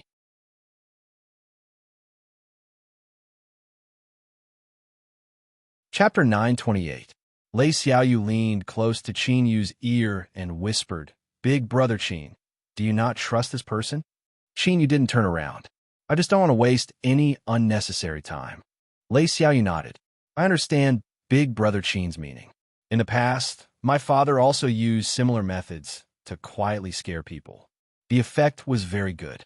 She smiled, but in the next moment it turned dark. Qin Yu said, "Did you forget what you said? As long as you have the confidence, you can return to Rock City. City Lord Lei will definitely be happy to see you." 6 hours later, they arrived at the mark Bamboo mentioned. It was embedded into a boulder at the summit and had existed there for countless years. The surrounding stone had been corroded, causing the mark to become much fainter. "Senior, it's here." Bamboo drew back to the side. Qin Yu nodded. "Do you remember where the wither tree is?" Bamboo immediately understood. "I do. Before the blood moon descends, I will return." He bowed and drew back several steps. With a humming sword, his figure howled far away. When Qin Yu had sensed something was wrong, he had still chosen to delay to save him in order to save time. With just him alone, finding the mark would be far too slow. With Bamboo's help, his efficiency would be much higher. As a divine Dao sword cultivator, Bamboo erupted with all his strength, and his speed was far faster than Qin Yu's. Lei Xiaoyu jumped down. She had recovered quickly and was able to move freely. "Big brother Qin, I will wait for you on the side." Qin Yu nodded. He stood in front of the boulder, lifted a hand, and touched the mark. Then he slowly closed his eyes. For hours later, there was the sound of breaking air in the distance. Several cultivators came howling over. They had clearly discovered 2 people near the boulder at the summit. "Stop!" With a loud shout, the leading cultivator's face darkened. "Your bodies have been stained with the aura of the blood moon. You are not new cultivators. Don't you know that this mark concerns our life and death? Even if it is just a strand, we cannot allow it to be damaged." The several people behind him also had ugly complexions. A female cultivator swept her eyes over Lei Xiaoyu, jealousy flashing in her eyes. "Big brother, don't waste words with them. The mark he touched can no longer be preserved. We need to teach them a lesson." Lei Xiaoyu retreated to Qin Yu's side. "What are you trying to do?" The female cultivator sneered. Little girl, you're born with such a seductive appearance. When I cut your face a few times, you'll know what you shouldn't do. Chinyu opened his eyes. He didn't stop. He stood where he was and turned to look at the several people not too far away. The sneer on the female cultivator's face and the jealousy in her eyes instantly froze. She felt as if she had fallen into an ice cave, and her mind was drowned in fear. She felt that she was standing on the edge of death and would be consigned to eternal damnation at any moment. The cultivators beside her didn't look any better. Their eyes were wide open and their faces were pale. Scram! The formless terror that filled the air dissipated. Several cultivators gasped for breath, not daring to hesitate. They turned around and ran for their lives, disappearing in the blink of an eye. Lei Xiaoyu wrinkled her nose. A bunch of trash. How dare you act all high and mighty in front of my big brother Qin? I'll teach you a lesson anytime. Big brother Qin, are these people bothering you? Qin smiled and shook his head. I'm fine. If it were yesterday, there might have been some trouble, but it's fine now. Xiaoyu, I'll continue. Yesterday, today, to be more accurate, it had only been around 20 hours. If someone else had said this, Lei Xiaoyu wouldn't have believed them, no matter how naive she was. To progress so much in a single day, that was absolutely a lie. But since Qin had said it, she had directly believed him. She felt more and more pleased with herself. As expected, the big brother Qin that she liked was fiercer than everyone else. If such a fierce big brother Qin says that I still have a chance to live, then I really do have a chance. Lei Xiaoyu, you have to work hard. Don't give up. She glanced at Qin Yu and then closed her eyes to cultivate. Every bit of effort she put in would increase her chances of survival in the future. Another 4 hours later, Qin Yu opened his eyes. There seemed to be some enlightenment in his eyes, but he couldn't help but frown. He had grasped the key to the secret of the cleave scar, but he felt as if he were looking at flowers through a fog, as if he were separated by a layer. It was like the final piece of paper on a window. It could break at the touch, but it was hard to find a path. There was no hurry. There were still 3 more days. Qin Yu took a deep breath and drew back his hand. With a loud crack, the cleave scar shattered and dissipated. But this time, his fingertips wouldn't be cut by the aftermath of the cleave scar's collapse. This was Qin Yu's progress, but it was far from enough. When Qin Yu could casually touch the cleave scar and it was safe and sound, only then would he be truly enlightened. Xiaoyu, let's go.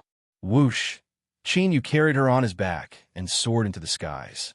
6 hours later, he smoothly returned to the place where the withered tree was. After another moment, a slightly distressed bamboo howled back amidst the heaven-shaking cries of swords. Qin Yu frowned.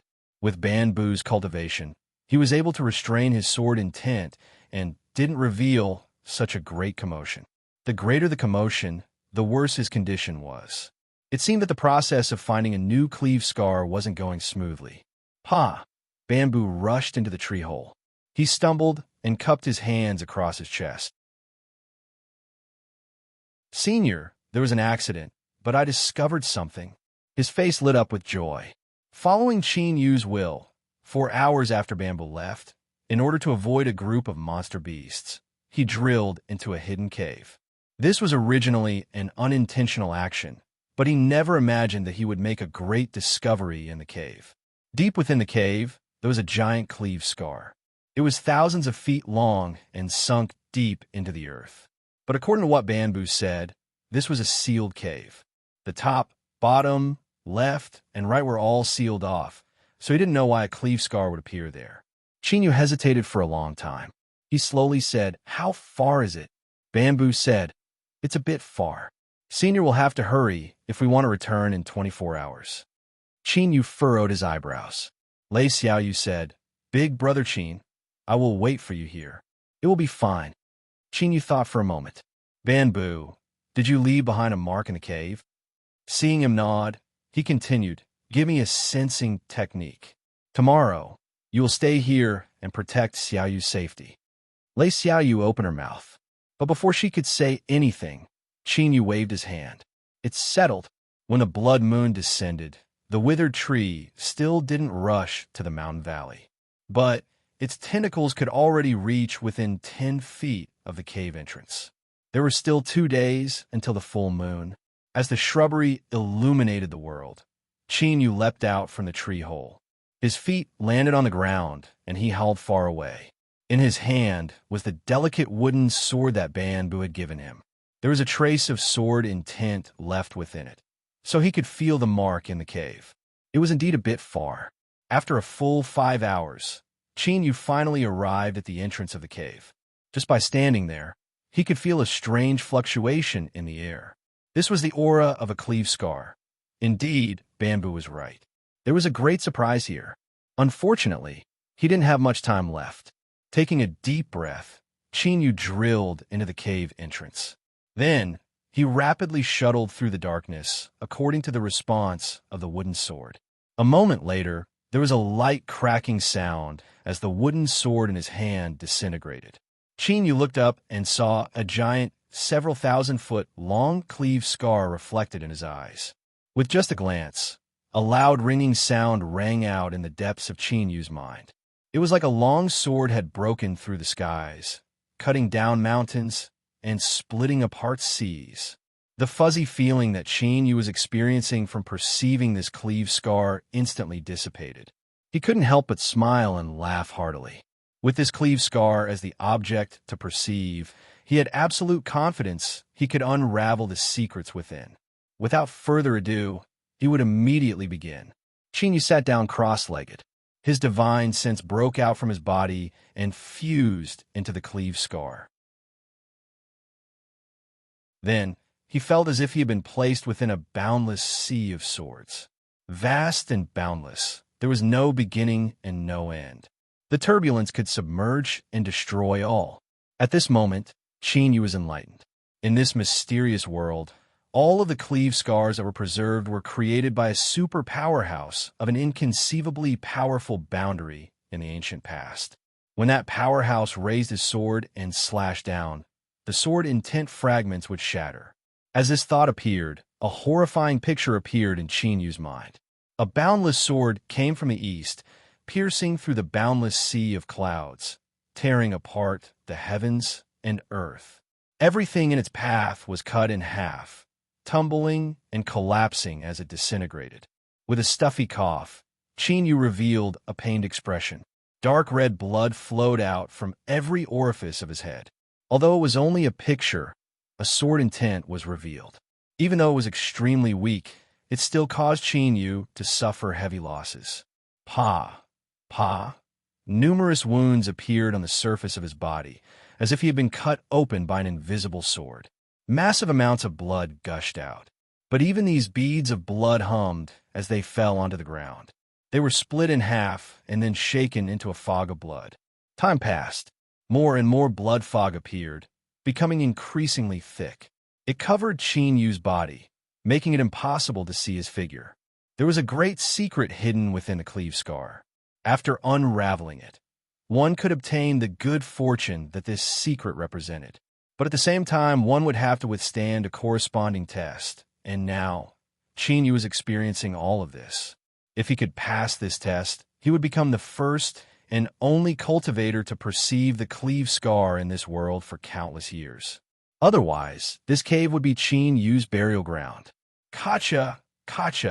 With a faint sound, the blood fog that filled Chinyu's body began to freeze. The surrounding temperature began to fall at a terrifying speed. This was because at this moment, in the pitch-black skies, the blood moon had arrived. The slumbering departed spirits had their shackles of death unlocked. They had been resurrected as the dead. Terror arrived once more.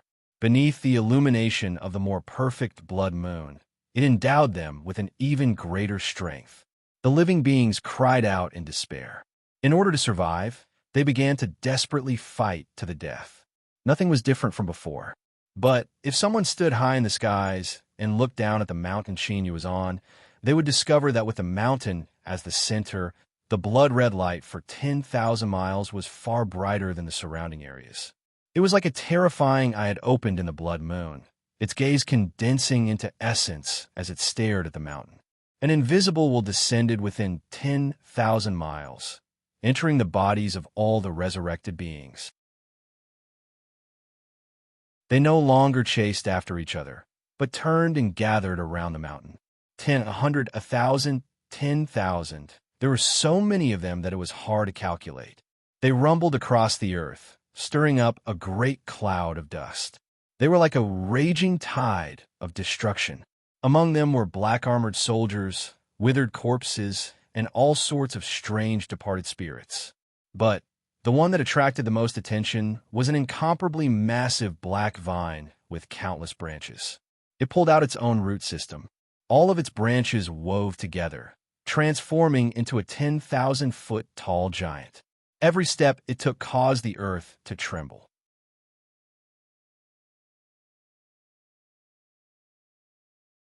Chapter 9:29. Yu hadn't returned. The blood moon had arrived. The withered tree came back to life. It flew into a rage and wildly whipped the earth with its tentacles. It seemed to sense that Yu's aura had disappeared and was enraged by this. Lei Xiaoyu and Banbu became the targets of its anger. The blood-red tentacles were just a little bit away from breaking into the tree hole. The light from the slash marks became increasingly bright. If the tentacles were just a little stronger, they could break through the seal. Lei Xiaoyu stood at the entrance of the tree hole. As she looked at the world beneath the blood moon, she subconsciously bit her lips. Banbu glanced at her. "Miss Lei, don't worry. Senior Qin's strength is unparalleled. Nothing will happen to him." Lei Xiaoyu nodded. Big Brother Qin will definitely return." Heaven and earth trembled. Large boulders tumbled down with a rumble. The towering mountains that stood tall were being pushed flat by the rampaging, resurrected creatures. They destroyed all that stood in their way, constantly pressing forward. Suddenly, a deep rumbling sound came from deep within the earth. Then, countless cracks appeared on the rock walls. Blinding silver light shot out from the cracks, like countless sword lights. It was like this mountain was instantly covered with millions of slash marks.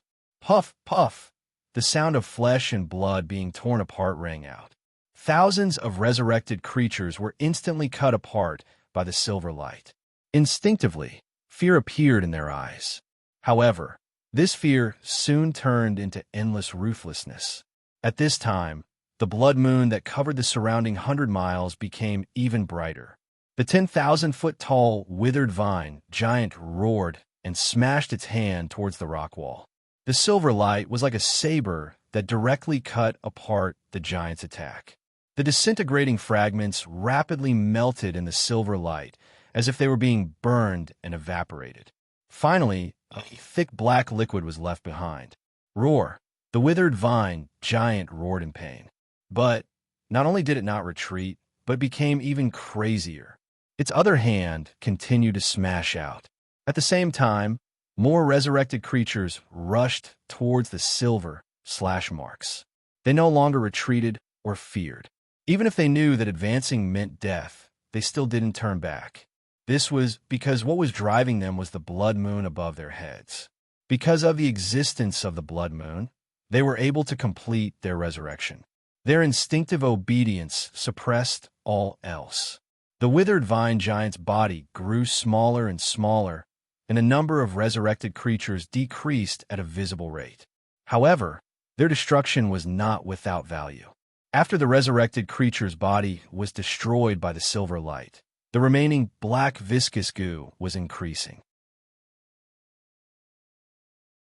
It gathered together like the raindrops in the sky converging into a stream, and then the stream turned into a river, rolling and roaring continuously, setting off waves of black tides. At this moment, the blood moon shone brightly in the sky, and the mountains on the ground shone with silver light. Among them, a black river continuously roared, forming a strange picture. When one looked down and took in this scene, one would instinctively feel endless fear in one's heart. Time continued to pass. 12 hours after the blood moon descended, the light it emitted suddenly increased explosively. The piece that had originally been incomplete was now slowly being repaired. The change appeared once again. Today, the blood moon had become complete. Today was the night of the full moon. Roar! roar. All the resurrected creatures in the mysterious world raised their heads and roared at the sky. Fanaticism and excitement were mixed with bloodthirst and destruction. When the full moon arrived, their strength would rise to an unprecedented peak. Tonight was the time to harvest. All the flesh creatures in front of them would become delicious food. Slaughter descend. In the valley, within the circle of slash marks, the cultivators and monster beasts that were desperately resisting the black-armored warriors felt their hearts race with fear. They fiercely looked up and saw the perfect blood moon in the skies. Despair struck their hearts, and their faces filled with despair. The night of the full moon. How could it be the night of the full moon? This is a change that hasn't been seen in 1,000 years. In such a short period of time, it has occurred twice in a row. The heavens want to destroy us. No one can escape. No one can escape. Today we will all die. We will all die here. Roar, roar. The black-armored warriors reared their heads back and roared. Their bones crackled and popped. Beneath the illumination of the full moon, their bodies rose in size. The sabers in their hands were stained with a faint blood-red color. As they waved them, they actually began to burn. The flames that wrapped around the sabers were blood-red, as if they had been soaked in blood. They were ice-cold without any warmth. Bang! The black-armored warriors crazily rushed out. Their speed and strength increased by more than a level. The cultivators and monster beasts that were defending the gap were instantly killed or wounded. The withered tree crazily roared. At this time, more and more tentacles drilled out from its body and began to burn beneath the full moon. A terrifying aura was released from its body. As time passed, this aura grew stronger and stronger at an astonishing speed. Whoosh, whoosh, with the sound of breaking air, the burning tentacles rushed towards the entrance of the tree hole. Hum! The silent slash scar suddenly erupted with a thunderous cry. The silver light it released rose up once more, resisting the invasion of the tentacles. But Bamboo's face had turned incomparably pale. As a formidable sword cultivator, he could feel the vibrating vibrations of the slash scar.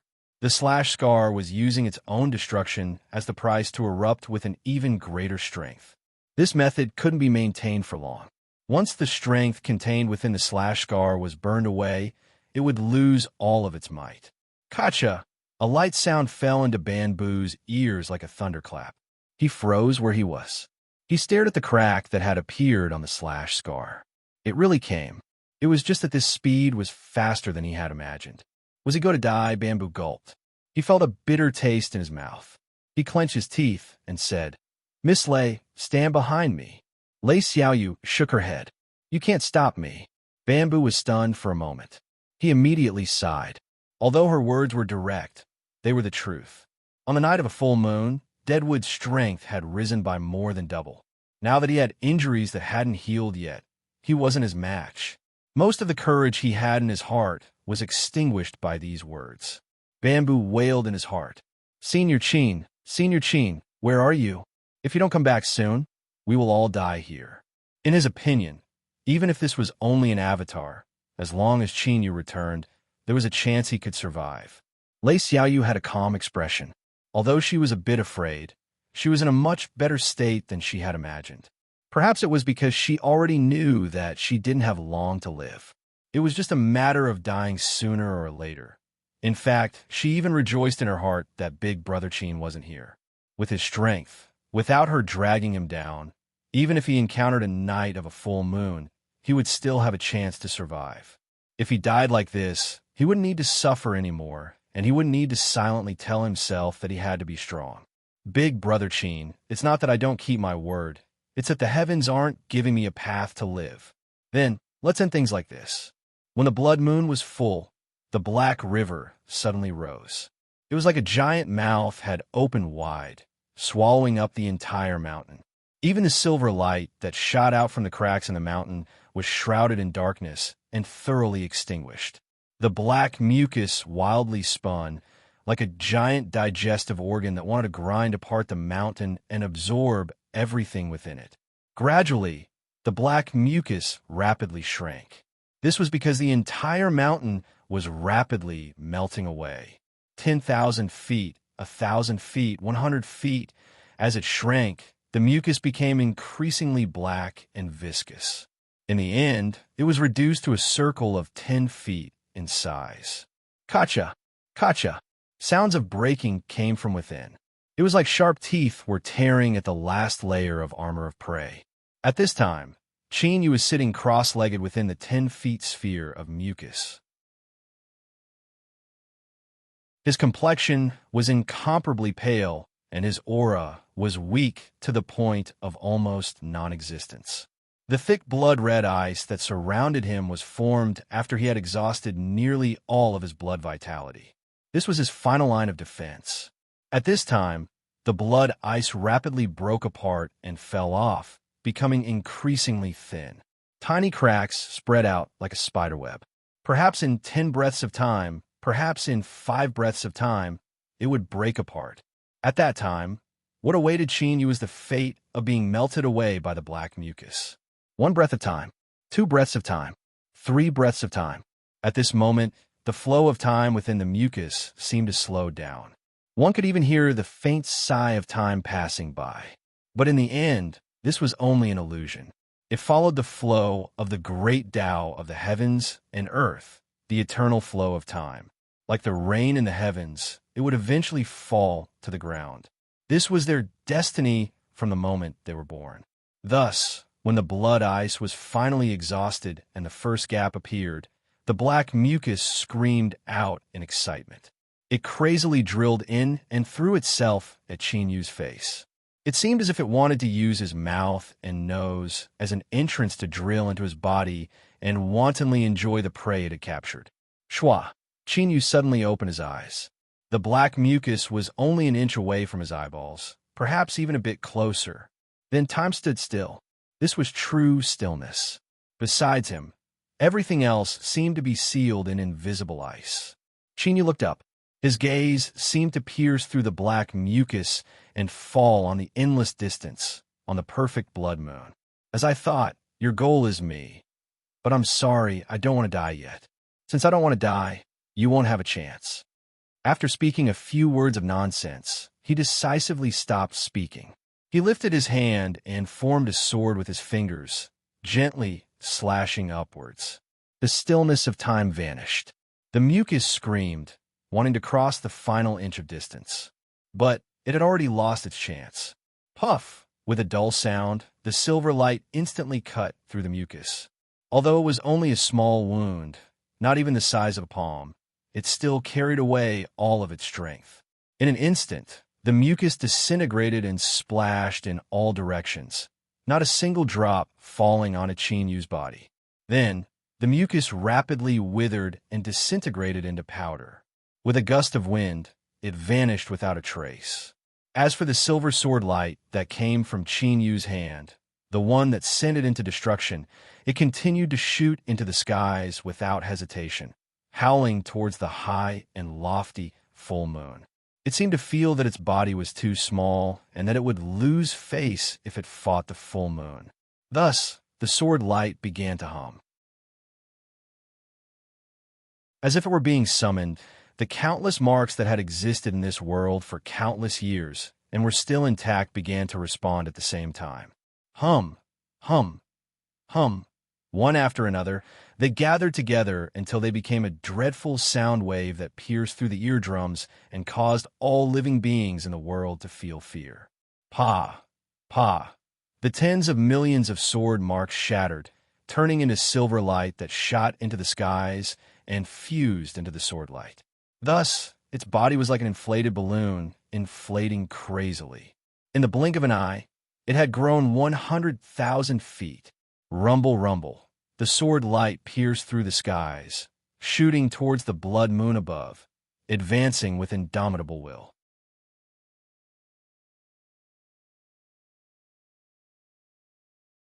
Chapter 9:30. Mountain Valley. All of the slash marks instantly shattered and dissipated, turning into silver light that shot into the heavens. There was no longer any obstruction between the living beings that were desperately trying to survive and the black-armored warriors outside. There was a deathly silence. All the black-armored warriors let out excited roars. They flapped their wings and rushed forwards, blotting out the skies. Several human cultivators that were sitting cross-legged and recovering from their injuries were dismembered on the spot without any preparation. Treehole, blood-burning tentacles howled as they broke in. Bamboo's pupil shrank. He roared and stepped forwards. Although he was terrified, as a formidable sword cultivator in this hopeless situation, he didn't lack the courage to risk his life. He lifted a hand, and a heaven-shaking sword cry erupted from his body.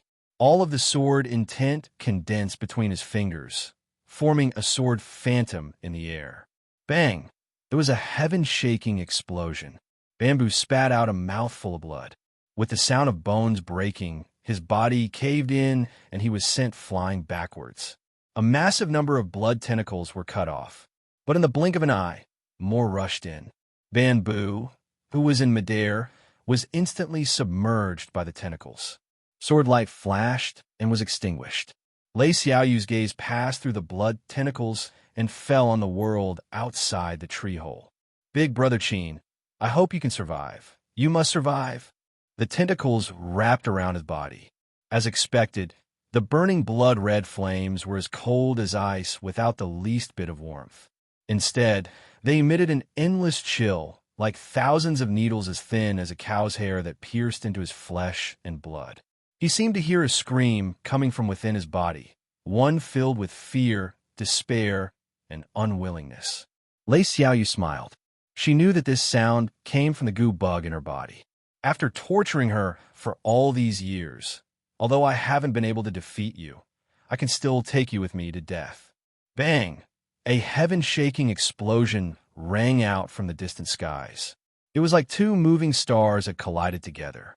The dazzling silver sword light suddenly vanished from sight, as if it had never appeared in this world, but still existed. It had already pierced through the skies, leaving behind its final and strongest strike in this world. In the middle of the sky, the blood-colored full moon that illuminated the entire mysterious world and covered it in blood suddenly split into two. It didn't fall to the ground.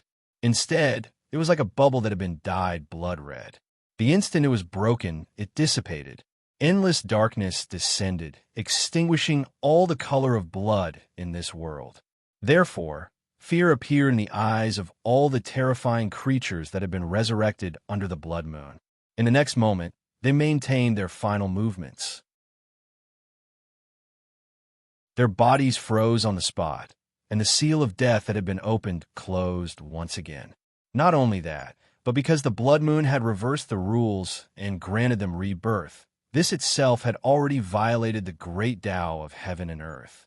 When the blood moon existed, they were protected and safe. Now that the blood moon had shattered, the backlash of the great Tao had arrived. What awaited all the resurrected creatures was the fate of being completely erased from the world, without leaving a single trace. This was the coldness and balance of the great Tao. It allowed a small number of powerful individuals to possess the qualifications to interfere with the rules. But once this interference was weakened or dissipated, they would suffer the most extreme and ruthless punishment. Whoosh, whoosh. The shrubs that were hiding underground seemed to have sensed the destruction of the blood moon. They crawled out of the ground at the same time and spread their branches and leaves wantonly, sprinkling dim light on the ground. Even though there was no wind, the shrubs still swayed back and forth, as if they were cheering in joy. Qin Yu furrowed his eyebrows, a bit of surprise in his eyes. He swept his eyes around and saw countless dim lights gathering around him like ripples in water. A dark golden light surged in his eyes. Then, the dim lights stopped, and the phantom of an incomparably massive shrub appeared. It bowed like a person and respectfully bowed. Qin Yu hesitated for a moment. He lifted a hand, and the phantom of the shrub dissipated. Then, the endless dim lights around him howled and gathered, condensing into a seed-shaped black crystal in his palm. Holding this object in his hand, Qin Yu could feel a mysterious connection between him and this world. It was like a coordinate. No matter how far away he was, he could lock onto this world and directly descend upon it. A fluctuation suddenly spread out in his heart. Then a thought fused into his memories. World key. Condensed from the source of the world. A life form that obtained the approval of the world could borrow the strength of the world to open up a temporary space channel and descend upon this world. This thought came from the jade embryo egg. Chinyu had already adapted to it. He looked down at the black crystal in his hand, a look of joy in his eyes. With this object, it was the same as having a life-saving card in his hand. Once he encountered a calamity he couldn't resist, he could open up a space channel and escape to this world. Chinyu flipped his hand and put away the world key. He cupped his hands together and said, "Thank you." The invisible will that lingered around him immediately retreated. Chinyu stood up. Without hesitation, he turned and stepped away, howling into the distance. His speed was over 10 times faster than before. Faintly, there was a sharp and tyrannical aura that emitted from his body. It was like 1,000 mountains and 10,000 rivers could be pierced through in an instant. But at this time, Chinyu suddenly discovered that after obtaining the world key, his speed could be even faster. With a thought, the space in front of him began to ripple, and he stepped into it. Lei Xiaoyu's eyes widened. The flames on the blood-red tentacles that wrapped around her body were extinguished, turning back into withered and cracked branches. She hesitated for a moment. Then, she reached out a hand and gently touched it. With a light cracking sound, the branches disintegrated into endless powder. It was like a chain reaction had started. The countless withered branches in the tree whole collapsed and dissipated. Even the tree hole beneath them began to disintegrate. "Ah!" Lei Xiaoyu cried out. A weak sword light flashed, supporting her body. The powder in the air parted to reveal Ban Bu's pale face. But now his face was filled with joy. "We survived." It was Senior Qin. He could already feel that terrifying sword light that shot into the heavens and cut apart the blood moon. That sword light was marked with Qin Yu's aura. Lei Xiaoyu was about to say something when her eyes widened. Then, a smile bloomed on her face, like a blooming flower. "Big Brother Qin." Ban Bu hurriedly turned around. He just happened to see Qin Yu step out from the spatial fluctuations. Before this, he hadn't been able to feel even the tiniest bit of Qin Yu's aura. Then, his eyes ached and tears tumbled down his cheeks. He quickly lowered his head, but great waves were already stirring in his heart. At this time, in front of him, Qin Yu was a transcendent divine sword that stood between the heavens and earth. Just the aura he emitted was enough to destroy all. If he had stared at Qin Yu for just a moment longer, he feared his eyes would have been ruined. As he thought, the one who cut apart the blood moon was Senior Qin. At this moment, Ban Bu's respect and reverence toward Qin Yu surged like a raging river.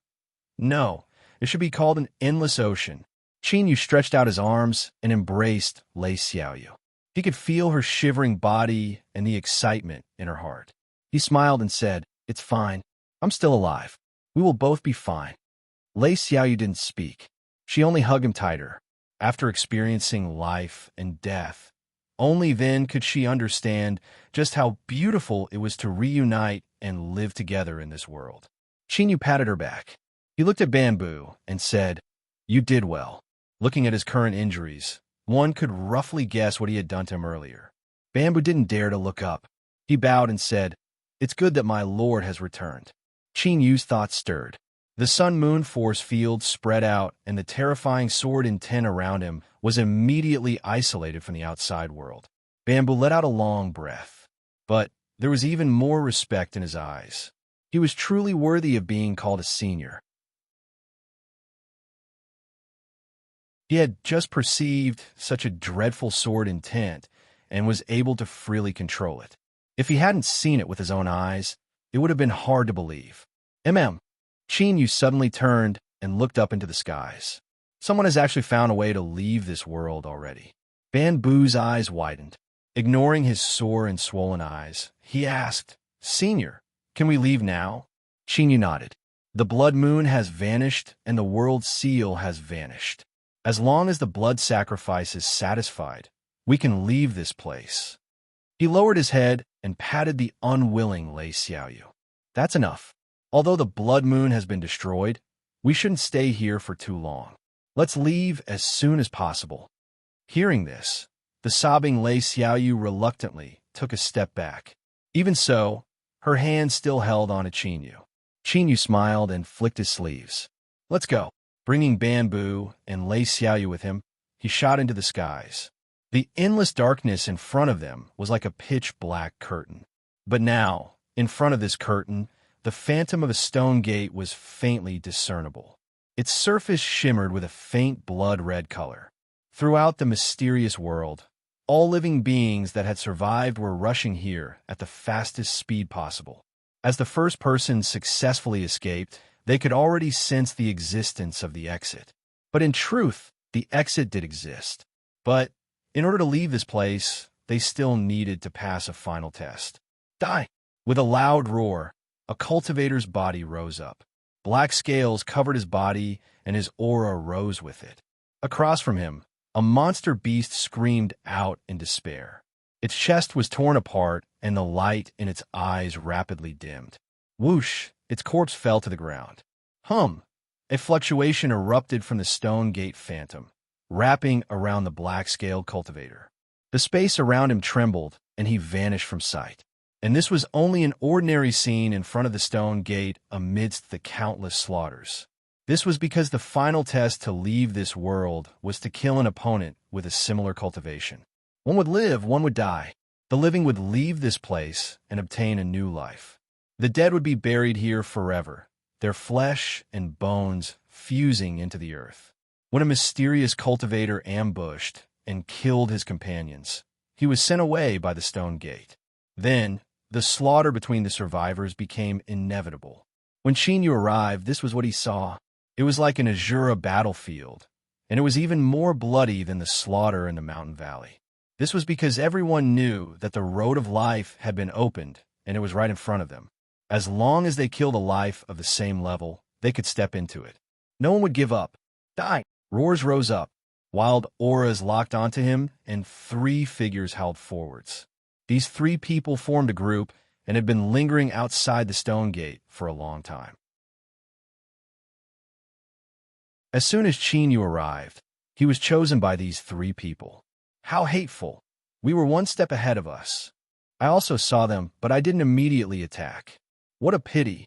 Many surrounding cultivators revealed looks of regret. Qinyu looked up, his eyes calm. There wasn't the slightest sharp light or any fluctuations of strength erupting from him. But this glance caused the hearts of these 3 people to tremble. Bang, bang, bang. Without warning, these 3 people with tyrannical auras widened their eyes. Before they could make a sound, their bodies rapidly expanded and they exploded into pieces. Shwa! The battlefield outside the stone gate fell deathly silent. Countless people stared with wide eyes, horror on their faces. Hum, hum, hum.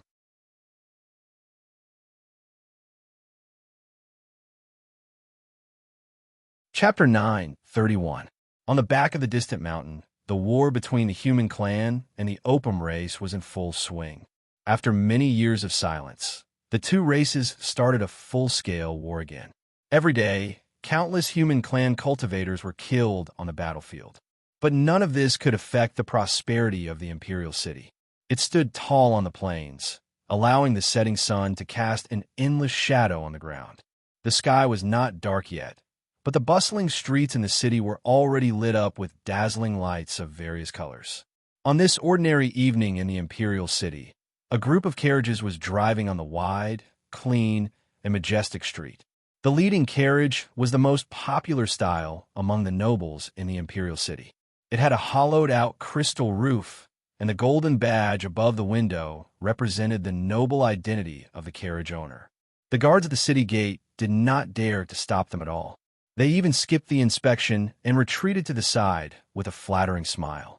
However, the guards' eyes were soon filled with astonishment, because at the end of the convoy was a gray carriage, pulled by a lame horse and driven by a dirty old man.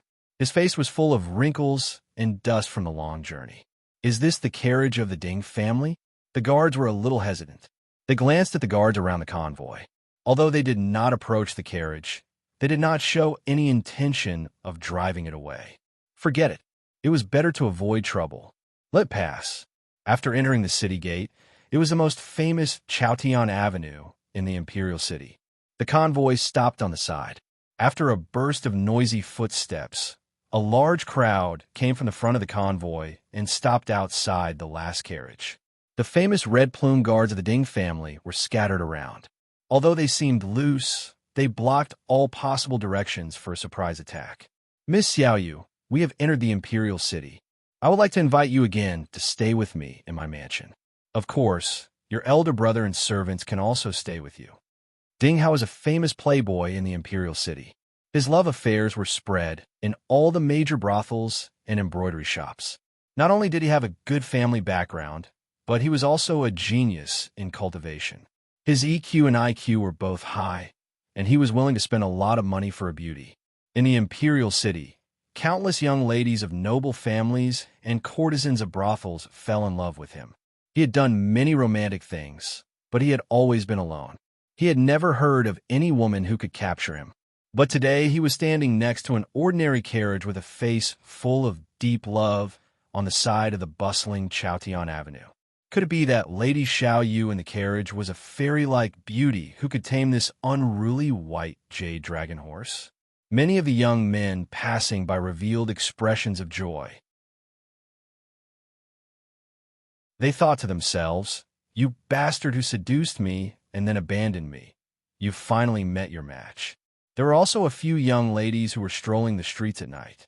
Their faces changed, and their eyes were filled with sorrow. They felt as if their hearts were being cut by a knife. The bustling Chaotian Avenue became much quieter at this moment. After pausing for several breaths of time, the woman's slightly apologetic voice sounded out from the carriage. "Thank you for your kindness, young Master Ding. My elder brother and I have other plans, so we won't disturb you any longer. In the future, we will thank young Master for your help." The disheveled old man glanced at Ding Hao, who was extremely handsome and upright. He swung the half-broken horsewhip in his hand. The lame horse snorted and looked back at him discontentedly. Then it galloped away. Ding Hao watched the carriage leave until it made a turn, left Chaotian Avenue, and disappeared from his sight. He sighed softly. A young man next to him rolled his eyes and said, "Brother Hao, it's the girl's good fortune to have you take a fancy to her. I'll order people to follow her. Within 3 days at the latest, she'll be willing to marry into the mansion. She'll be with you every day." Ding Hao looked calm. He glanced at him and then at the people around him. "All of you are not allowed to disturb Lady Xiaoyu. Otherwise, we can't be friends." "Ding Hao, are you serious?" 100% serious. The corners of Ding Hao's mouth curled up. "I feel that all these years, she's the one I've been waiting for. No matter who Lady Xiaoyu is, as long as she is willing, I can marry her immediately." The carriage turned out of Chaotian Avenue and calmly drove through the alleys of the capital city. The hooves of the lame horse constantly echoed into the carriage. Lei Xiaoyu bit her lip. She glared at Qinyu, who was suppressing a smile. She said with dissatisfaction, "Big brother Qin, I'm going to get angry if you keep this up." Qinyu laughed out loud. No, I just think that this boy called Ding Hao has good eyesight. He can actually see that our Xiaoyu is a natural beauty. Not bad. This boy has a bright future. Are you sure you don't want to consider him?" Lei Xiaoyu stamped her feet. "Big brother Qin, I'm really angry. Fine. We won't talk about this anymore. It's been a long journey, so let's rest for 2 days." Qinyu knocked on the carriage door. "Let's find a place to stay." "Yes," the driver respectfully said. 2 hours later, Lei Xiaoyu finished washing up and lay down on the bed, peacefully falling asleep. Qinyu stood in front of the bed, calmly looking at her for a moment. Then, he reached out to cover the corners of the quilt, turned, and left. The transmission array had been destroyed, and he had fallen into a strange world. Although it was a daunting experience, he had still managed to obtain a great harvest. But to Lei Xiaoyu, the result was incomparably bad. Perhaps it was because the goo insects within her had been stimulated by that life or death experience, but they had become increasingly restless recently. If they weren't imprisoned, She feared that she wouldn't even last half a year before her vitality was exhausted. Towards Lei Xiaoyu, Qin Yu didn't have any romantic feelings. But the more time he spent with her, the more he could feel the pure goodwill she had towards him. Such a good girl shouldn't die like this. Qin Yu took a deep breath and let out a breath. He turned to look at the shadows and smiled. You've come. There was a slight fluctuation in the shadows, and Xiang Shui stepped out. She looked him up and down. I knew that there must be a reason why scourges can live for 1,000 years. You won't die so easily. Qin Yu shook his head. If she wasn't worried about him, then according to their agreement, she shouldn't have appeared here. But she was so stubborn. This woman, whatever, he wouldn't lower himself to her level. Qin Yu changed the topic. My current status is that of a disciple of Beyond Objects Mountain. You appearing here can be barely explained. Since you've come, you might as well stay. Xiang Shui arched an eyebrow. I'm still a maid? Qin Yu shrugged. There's nothing you can do about it. Your status has already been decided. Xiang Shui clenched her teeth. Then you can keep changing. She turned and walked away. There are several more eyes outside the inn. I'm guessing they're here for you. Qin Yu, I really admire you. No matter where you go, you can always stir up trouble. Qin Yu smiled. You're wrong this time. They really aren't here for me. You will know tomorrow. The night passed without any words. Before Ding Hao arrived, the trusted aides that Rock City had placed in the Imperial City had already come to find him. Although Qin Yu and Lei Xiaoyu hadn't concealed themselves when they checked into the inn yesterday, they had only shown themselves for a brief moment. For them to be found so quickly proved that Rock City had placed an extremely formidable force here. There were only two people, a man and a woman disguised as a middle-aged couple. It was unknown what methods they used, but they had managed to stay in a nearby courtyard. Greetings, Mr. Qin. The two respectfully bowed. Although they didn't understand why the city lord had ordered them to maintain respect towards this junior that hadn't even reached the divine realm, they wouldn't question the city lord's orders. Qin Yu glanced at them. Prove your identities. The middle-aged man and woman's hearts chilled. Although they appeared calm, they had long since cultivated an extremely sharp mind after wandering in the darkness for so many years. They instantly knew that this person in front of them wasn't an ordinary person. Even if he hadn't reached the divine realm, he could kill them with a flip of his hand. They hurriedly nodded, and each took out a token. Before Qin Yu left Rock City, he had communicated with Lei Qianjun. He glanced at the token and nodded. Wait a moment. Xiaoyu hasn't woken up yet. The man hesitated. Mr. Qin, the city lord misses the miss greatly. I wonder if she is. Qin Yu said she's fine. The man nodded and moved to the side. After another hour, there was a sound from outside. It was said that there was a young master, surnamed Ding, outside who wished to pay a visit. After Qin Yu declined, he turned and looked at the door. Xiaoyu has woken up. You can go in. The two bowed and quickly walked into the room. During this time, there was another sound from outside. It was said that young Master Ding was in the building and that a banquet had been prepared. He hoped to see Mr. Qin. Qin Yu raised an eyebrow. This boy's eyesight was quite good. After thinking for a moment, Qin Yu gave some instructions to the servants and then pushed open the door. Then they stayed and was called outside in. It was quite famous in the Imperial City and had quite a few backers behind it. Thinking about it, it made sense. In a massive Imperial City, there were countless influences that intertwined with each other. It was unknown how many high-ranking officials and nobles gathered here. How could someone who could establish such a large business be an ordinary character? Even so, after Ding Hao arrived, he still had the manager personally greet him. He also ordered the chefs to do their best to serve this young master. The Ding family of the Imperial City. Although it wasn't as prosperous as it used to be, it was still one of the great trees in the Imperial City. It was one of the four great clans along with the Shao family, Mo family, and Li family. It had to be known that these were the four great clans of the Imperial City. In the entire Great Chu dynasty, even if one counted the various tyrants that ruled over a region, they were still the peak powers. Ding Hao was a direct descendant and was also a publicly recognized cultivation genius. He was deeply favored by the old ancestor of the Ding family, and his future achievements were limitless. Who dared to rashly offend such a character? One only needed to look at the manager whose face was covered in wrinkles to know his identity. When Qin Yu arrived, the Ding family's red plume guard had already seen him and allowed him to enter the room.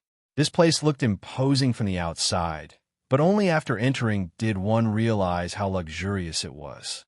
Disregarding everything else, just the value of the materials used to decorate this room was enough to leave ordinary cultivators dumbfounded. Ding Hao smiled as he stood up. "Mr. Qin, you've arrived. Please sit." His smile was warm, without the slightest anger for being refused. The manager swept his gaze over Qin Yu, surprise flashing in his eyes, but it disappeared in the blink of an eye. He said with a face full of smiles, "Young Master Ding's friend is my outside-in's honored guest. Mr. Qin's expenses are waived for this trip. Just take it as my apology for not recognizing a true person before." His words showed his level of skill, giving Qin Yu enough face and flattering Ding Hao. After he finished speaking, he cupped his hands and left the room with a smile, giving the two of them some space to be alone. Qin Yu's first words left Ding Hao surprised. "I know your intentions, and to be honest, I don't oppose it. In fact, I'm even looking forward to it. But Xiaoyu's identity is not ordinary. You will naturally know in 2 days, and then you can decide whether or not to approach her." Ding Hao smiled. "Mr. Qin, rest assured that I am sincere. No matter what Miss Xiaoyu's identity is, I will not change it." Qin Yu looked at him. He lightly said, "Since you are so determined, then I will remind you. If Xiaoyu doesn't dislike it, you can pursue her. But if she clearly refuses, then you must disappear from her world." Ding Hao's smile faded. At the entrance of the room, the 2 red plume guards had dark expressions, their eyes ice cold. It seemed that as long as he looked at them, they would attack without hesitation and make Qin Yu pay the price for his words. Ding Hao looked at Qin Yu in silence for a long time. Then, he slowly let out a breath. "Very well. I agree to Mr. Qin's request." Qin Yu nodded and turned to leave. A guard clenched his teeth. "Young master, this person is so rude. Are you going to let him leave?" Ding Hao sat back down. He picked up a cup of tea and took a sip. He shook his head. "You don't understand. He, Ding Hao, was a direct descendant of the Ding family. Just how proud was he? How could he easily take a fancy to a woman?"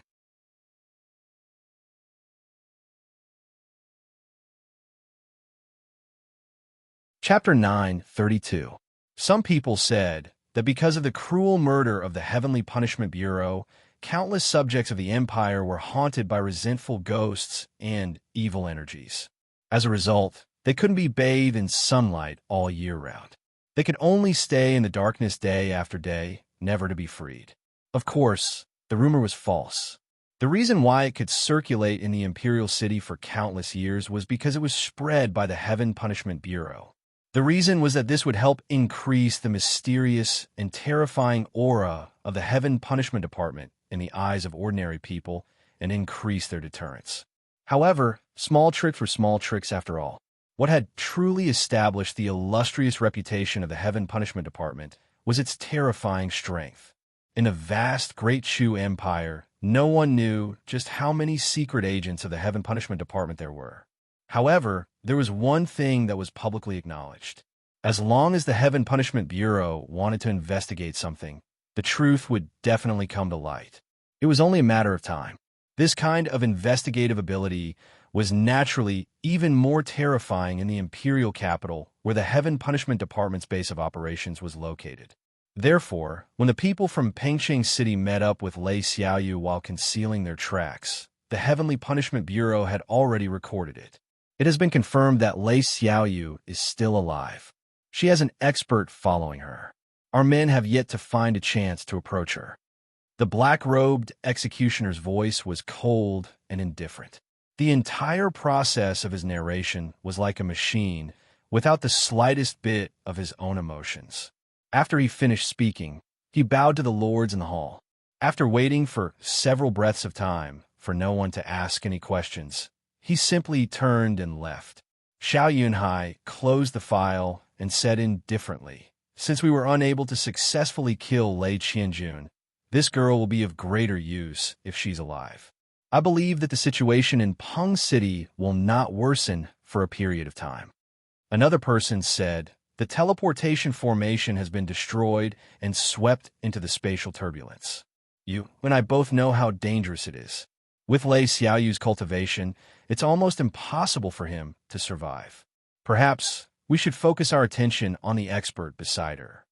He took out a jade slip and lifted his hand to touch it. It split into 7 halos of light that each turned into a scroll.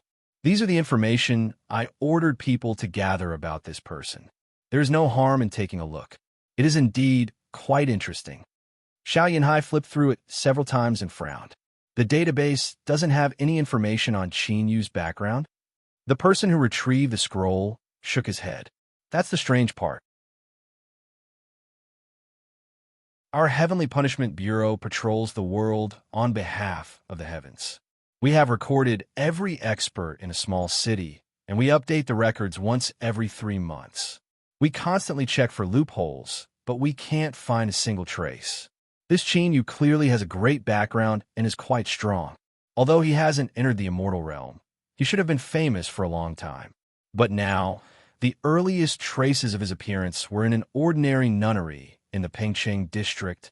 It's as if he suddenly popped out from a crack in a rock. Indeed, there is something strange about this Qin Yu. For Lei Qianjun to have him bring Lei Xiaoyu to the imperial city, it is clear that he trusts him greatly. This might be a blind spot that we have yet to touch. We should follow up on it to avoid any slip-ups, another person said slowly. Xiao Yanhai nodded. If that's the case, instruct the department to pay close attention to Qin Yu's movements and also investigate this person's identity. One more thing. Ding Hao, a direct descendant of the Ding family, approached Lei Xiaoyu and seemed to be in love with her. Even though it is only a small matter, the Ding clan is different, after all. Should we give them a warning? Xiao Yanhai stood up. There is no need to discuss this matter. You can decide for yourself. After the Ding family received the warning from the Heavenly Punishment Division, they didn't take this matter too seriously. They were well aware of their young master's dissolute ways. Even if they were interested in Pengcheng's Lei Qianjuan's daughter for a time, after a few days, the novelty would wear off and they would naturally drift apart. But this matter had alarmed the Heavenly Punishment Division. If they didn't respond, it would seem that the Ding family was too arrogant. Even though the Ding family didn't fear the Heavenly Punishment Division at all. After Ding Shi finished busying himself with his daily affairs, he thought for a moment and summoned Ding Hao back. The Divine Seal Saint Stone was about to descend, and the Imperial City had been a chaotic mess recently. It was best to remind him lest he stir up trouble. After father and son greeted each other, they exchanged some simple words. Ding Shi dived straight into the main topic, mentioning the Heavenly Punishment Division's warning and Lei Xiaoyu's identity. Moments later, with a loud bang, the teacup shattered on the ground. Ding Shi's complexion paled. You little beast, your wings haven't even hardened yet, and you already want to overturn the heavens? Ding Hao smiled bitterly. Father, don't be angry. I have my reasons for choosing the daughter of the Lei family. Ding Shi flicked his sleeves and left. You dared to disobey me because of the old ancestors' protection. I will report this matter. Prepare yourself. His cultivation and talent were mediocre. He had his current status largely because of this outstanding son of the first wife. Naturally, he valued Ding Hao greatly. The Lei family of Pengcheng City was a topic of discussion in the manners of the Imperial City. Even though they were safe and sound for the time being, since the Heavenly Punishment Division had taken action, it represented the will of the Imperial family. Ding Hao couldn't show the slightest sign of a mistake on this matter. Few people in the world knew how old the old ancestor of the Ding family was. He reclined on a soft couch all day long, as if he would take his last breath at any moment. But many years had passed, and generations of people had died, but he still lived listlessly. In the early years, a fortune teller in the Imperial City had looked at the old ancestor of the Ding family from afar and declared on the spot that even if the Imperial City was empty, this old ancestor would live to the end. Afterwards, the fortune teller's whereabouts were unknown. Someone had investigated in secret, but after receiving some sort of warning, they finally gave up. As the true old ancestor of the Ding family, his bloodline had flourished and he had produced tens of thousands of descendants. Even now, only a few dozen people were qualified to receive an audience with him. Ding Hao was definitely one of the top-ranked juniors. Many years ago, the old ancestor of the Ding family had expressed his fondness for this grandson. "Greetings, old ancestor." Ding Hao bowed respectfully. He knelt on the ground and kowtowed 3 times before standing with his hands clasped behind his back. The old ancestor of the Ding family raised his eyelids and smiled weakly. "Speak. You have wandered the world of mortals until now. Why have you chosen the daughter of the Lei family?" Faced with the old ancestor's question, Ding Hao naturally didn't dare to use the perfunctory response he had given Ding Shi before. He thought for a few breaths of time and said, "Old ancestor, I feel that this woman has great destiny. If I can marry her, I will obtain great benefits in the future."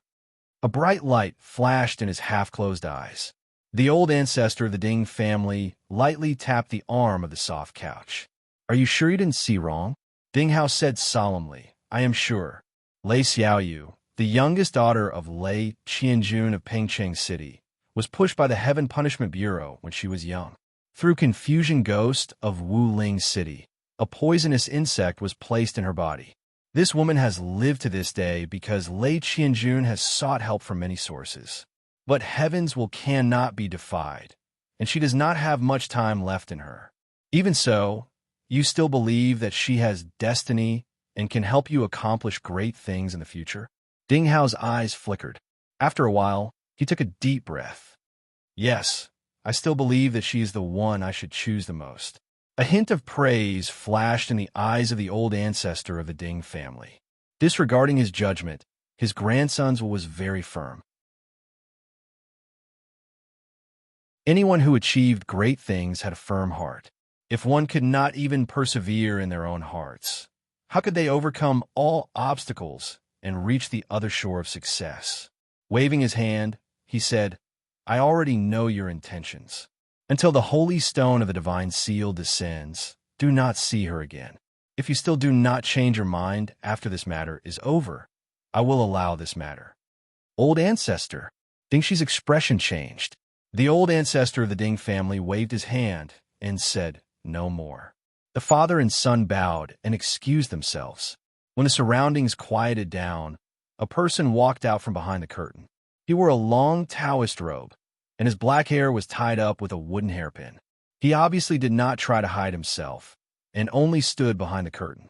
However, Ding Shi and Ding Hao did not notice his existence from beginning to end. The Taoist bowed and said faintly, "Since Elder Ding wants to stop him, why give Ding Hao hope?" The old ancestor of the Ding family glanced at him. The daughter of the Lei family must have come to the imperial city for the heaven-eradicating abyss. Lei Qianjun must have received some news and wanted to use the original god's corpse to hatch his goo worm.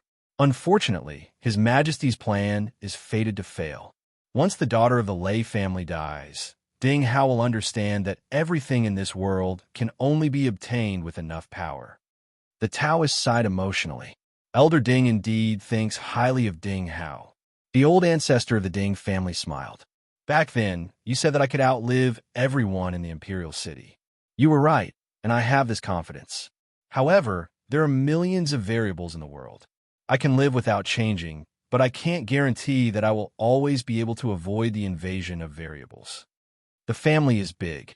We should always prepare for a rainy day and choose a qualified successor. At least, the Ding family can continue its bloodline."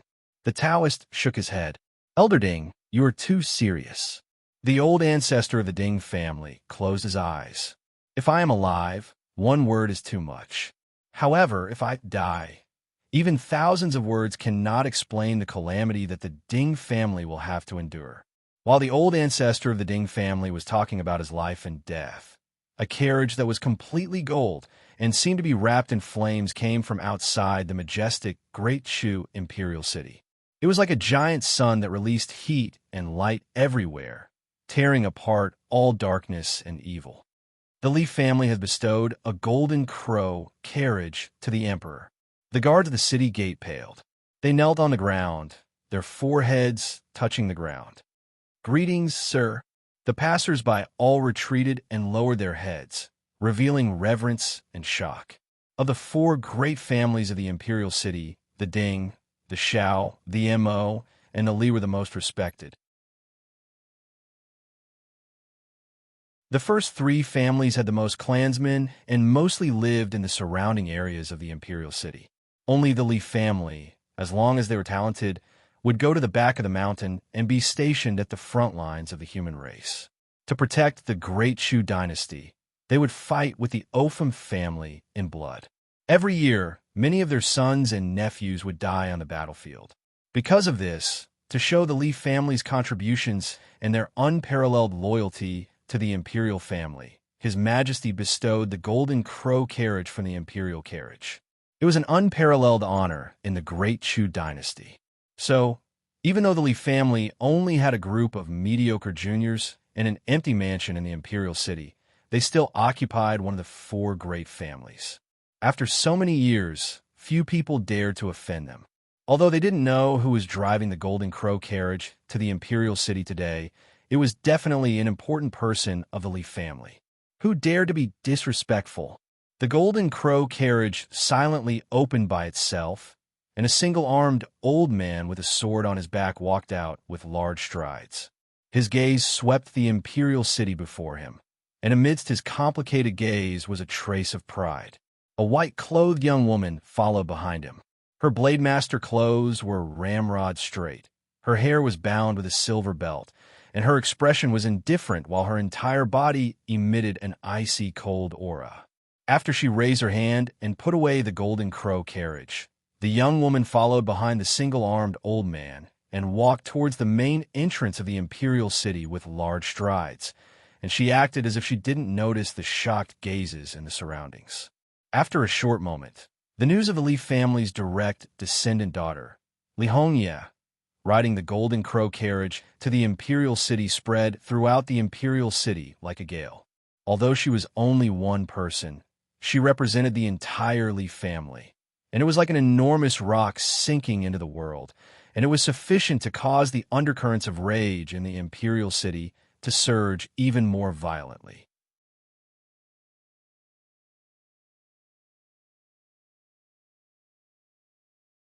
Chapter 9:33.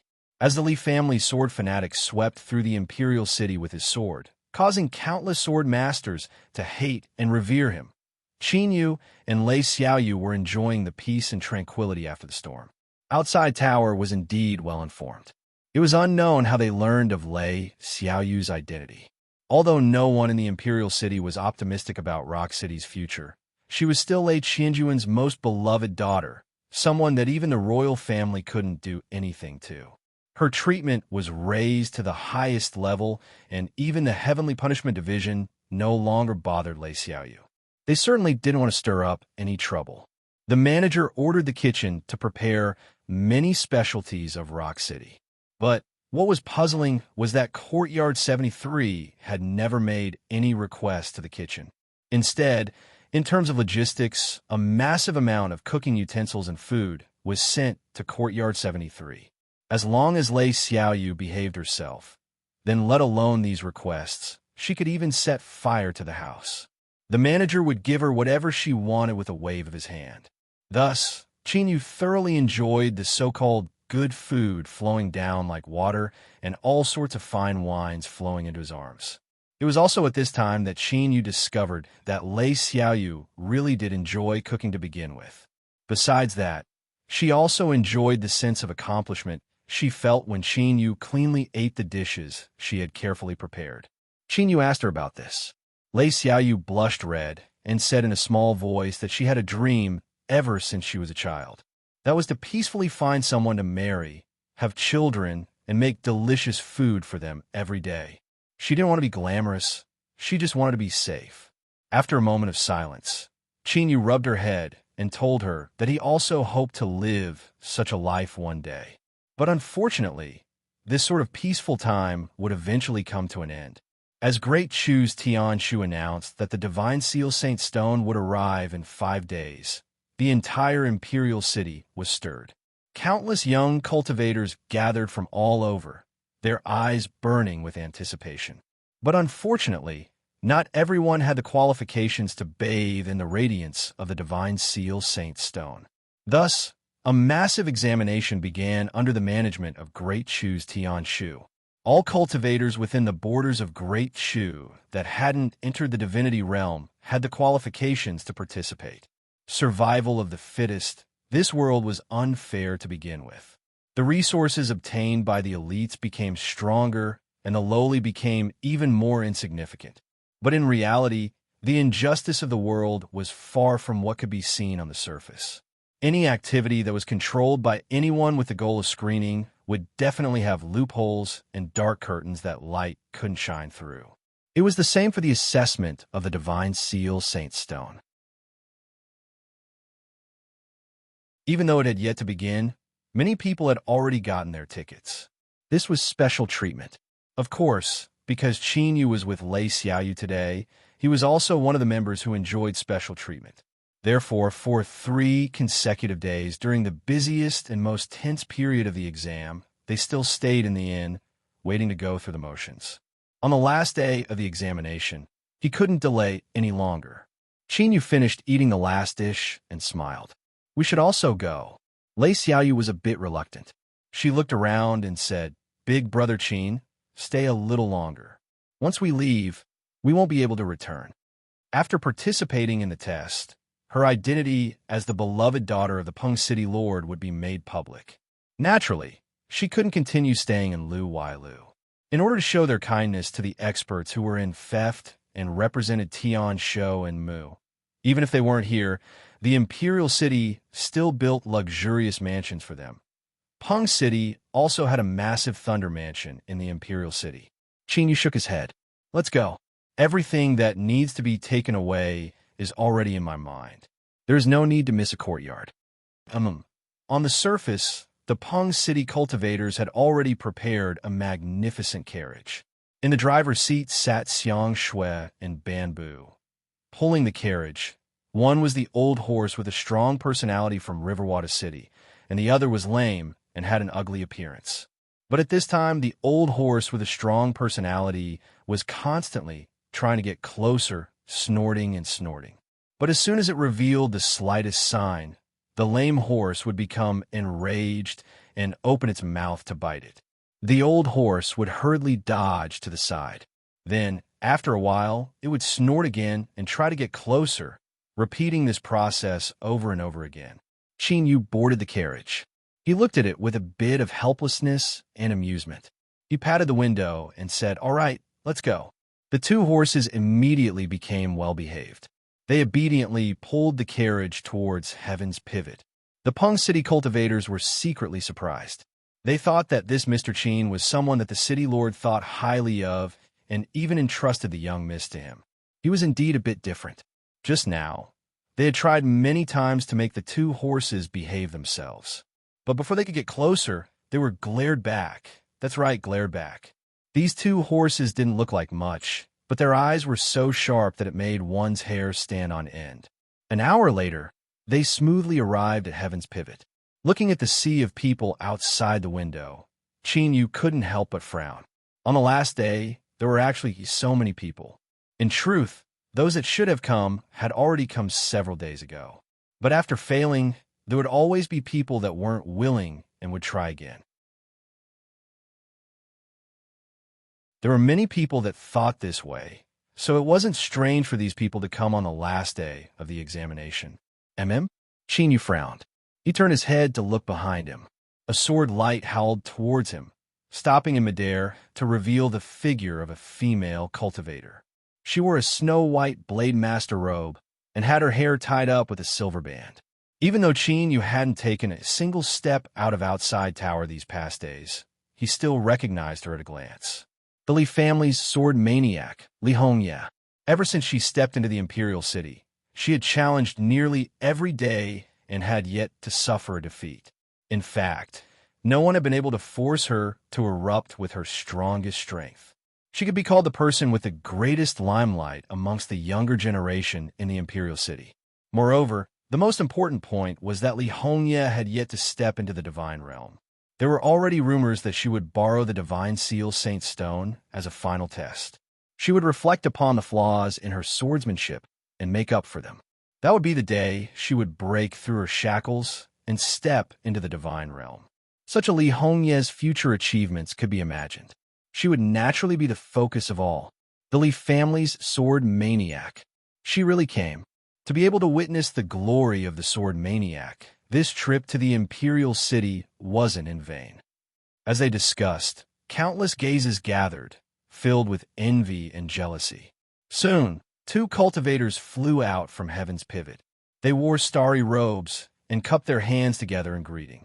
"Miss Li, please follow us." Li Hongye coldly nodded. She followed the two people into heaven's pivot. From start to finish, there was silence. No one expressed any objections. With the reputation of the sword maniac, this was the treatment she deserved. Before everyone could turn their envious eyes away, there was the sound of breaking air. With a whoosh, the light scattered and Mo Yuan's figure appeared. She cupped her hands together. Heaven's punishment dome, Mo Yuan requests to participate in the assessment. Whoosh! The crowd was thrown into an uproar once more. No one thought that the two most dazzling women in the imperial city would appear one after another. The brilliance of the sword maniac came from her descent like a star and the sword in her hand.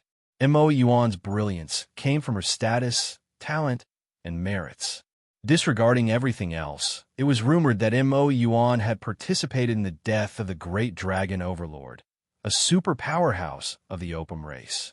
Just this point alone was enough to make her an outstanding talent of a younger generation. The two Heaven's Pivot cultivators that sent Li Hongye away flew back once more. After greeting each other, they welcomed her in.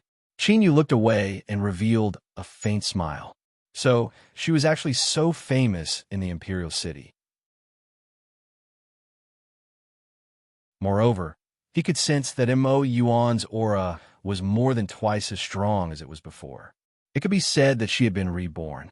As he thought, while he was improving, the other geniuses of this world didn't stop growing either. If he wanted to maintain his superiority in strength and lead the way, he couldn't be careless in the slightest. Otherwise, he would eventually be eliminated by the times. Lei Xiaoyu blinked her eyes. "Big brother Qin, you know Mo Yuan?" Qin Yu nodded.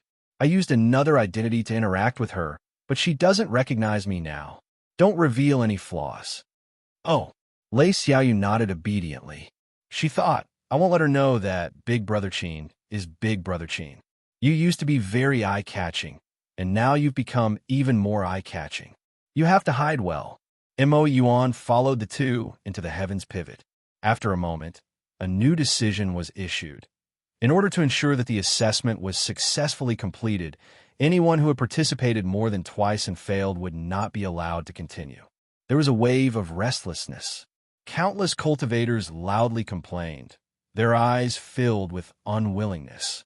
But in the end, they all fell silent. Heaven's Pivot's decision must have been approved by the Imperial Palace and could no longer be changed. Of course, the most important reason was that most cultivators were well aware that they had already failed twice. Even if they were given another chance, their chances of success would be nearly zero. The crowd in front of them began to scatter. Perhaps because they didn't want to leave this stage too early, they retreated to the side and didn't leave. An hour later, Qin Yu pulled Lei Xiaoyu out of the carriage. But at this moment, he suddenly felt a cold and gloomy gaze on him. He looked up and saw who it was. Their eyes met, and Qin Yu's complexion changed. Cui Yongji. Now, he was wearing a wide starry robe and standing at the entrance to the Heaven's Pivot. He had actually become a Heaven's Pivot cultivator of Great Chu. He furrowed his eyebrows.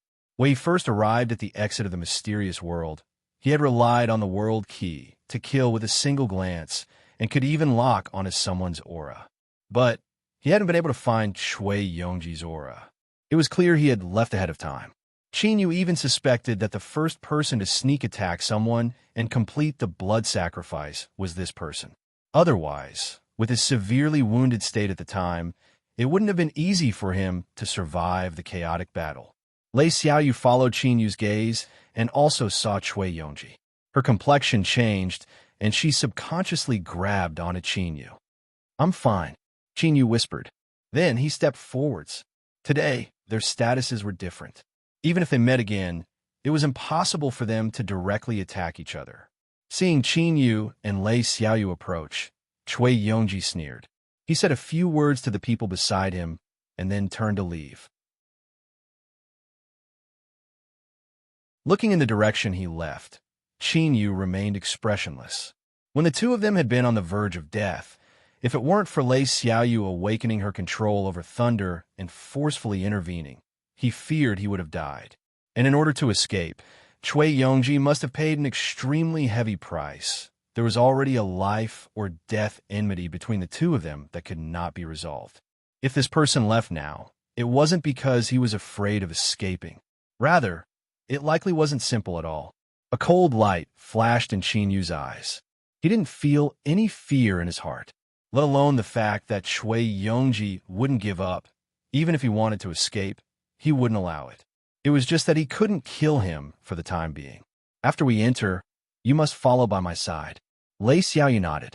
After verifying their cultivation and obtaining the token, the two of them smoothly stepped into the heaven's pivot. Without special treatment, they could only follow the crowd and wait in line for the examination. In truth, the process was quick and simple. The Great Chu had used the divine seal, Saint Stone, as the original, and had replicated many smaller versions of the examination stones. It was said that only those who had opened up at least 3 paths to the divinity realm could pass the test. Of course, this wasn't absolute, but in the end, it all depended on one's own strength. Chinyu smoothly passed the test.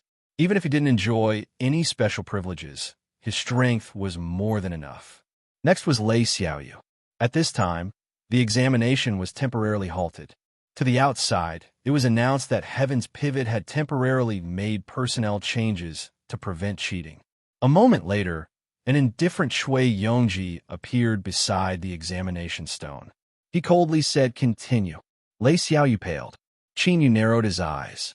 His gaze fell on Lei Xiaoyu. At this time, the air seemed to fluctuate. Cui Yongji glanced at him. "Chinyu, since you have passed the examination, leave." Chinyu had no expression. "I was entrusted by the city lord to come here with Miss Lei today. I will naturally leave with her." By mentioning Lei Qianjun, he was putting pressure on him so that he wouldn't act rashly. Cui Yongji's lips curled up. "Good. If you want to wait, then wait." He looked at Lei Xiaoyu. "Don't delay. Begin immediately." Chinyu nodded. Lei Xiaoyu clenched her teeth. She walked to the examination stone and placed her hand on it. This was a quota that had already been decided beforehand. She had tampered with the token in her hand so that as long as she approached the examination stone, it would be triggered. Hum, hum, hum. 3 lights appeared one after another, indicating that 3 paths to the divinity realm had been opened. But at this time, Lei Xiaoyu's body shook and she spat out a mouthful of blood. Her complexion paled and the 3 lights on the examination stone rapidly extinguished.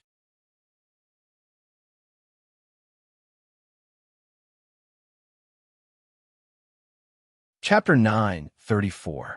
"Stop!" Chinyu stepped forwards, his aura instantly erupting. "Miss Lei is the beloved daughter of the Rock City Master, so who dares to be insolent?" The Heaven's Pivot cultivator hesitated. Cui Yongji sneered. "So what if you're the Peng City Lord?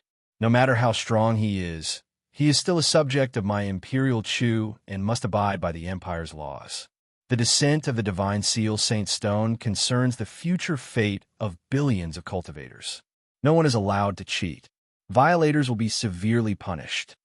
This is the Imperial Edict of His Majesty of Great Chu, the one who wields the peerless national weapon and authority.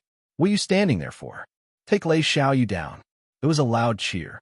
Countless cultivators in a long line revealed looks of resentment. The city lord of Peng City is so impressive, but this is the Imperial City. How dare you behave so atrociously here? You cheated in the examination. There must be a conclusion to this matter, or we will not let this matter rest. Vent my hatred. Over the years, there have always been some vermin who would snatch the spots that we should have. This lord's actions are the true bearing of subject of my Chu dynasty. I'll surely capture this woman and make her pay the price she deserves. Lei Xiaoyu's body trembled, and her face grew paler. Qin Yu walked in front of her and turned around, shielding her behind him. Sparks exploded in Cui Yongji's eyes, and his voice became even colder. Qin Yu, you dare to obstruct heaven's pivot from enforcing the law.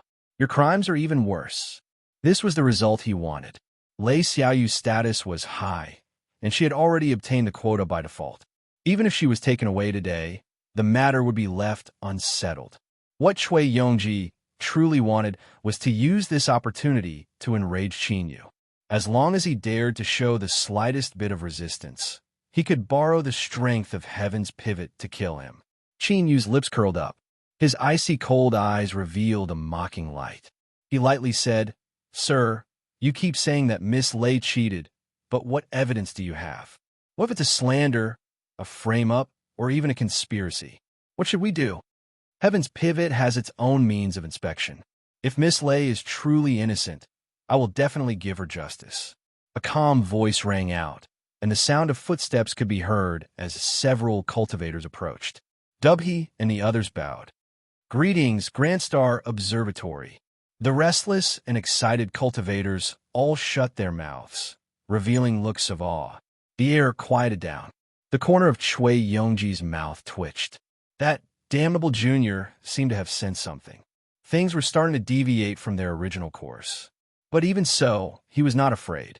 At most, he would give up this opportunity. There would be plenty of time in the future. Qin Yu cupped his hands together. "May I ask who you are?" Gao Xian's simple face was expressionless. Dubhe Grand Observatory, Gao Xian.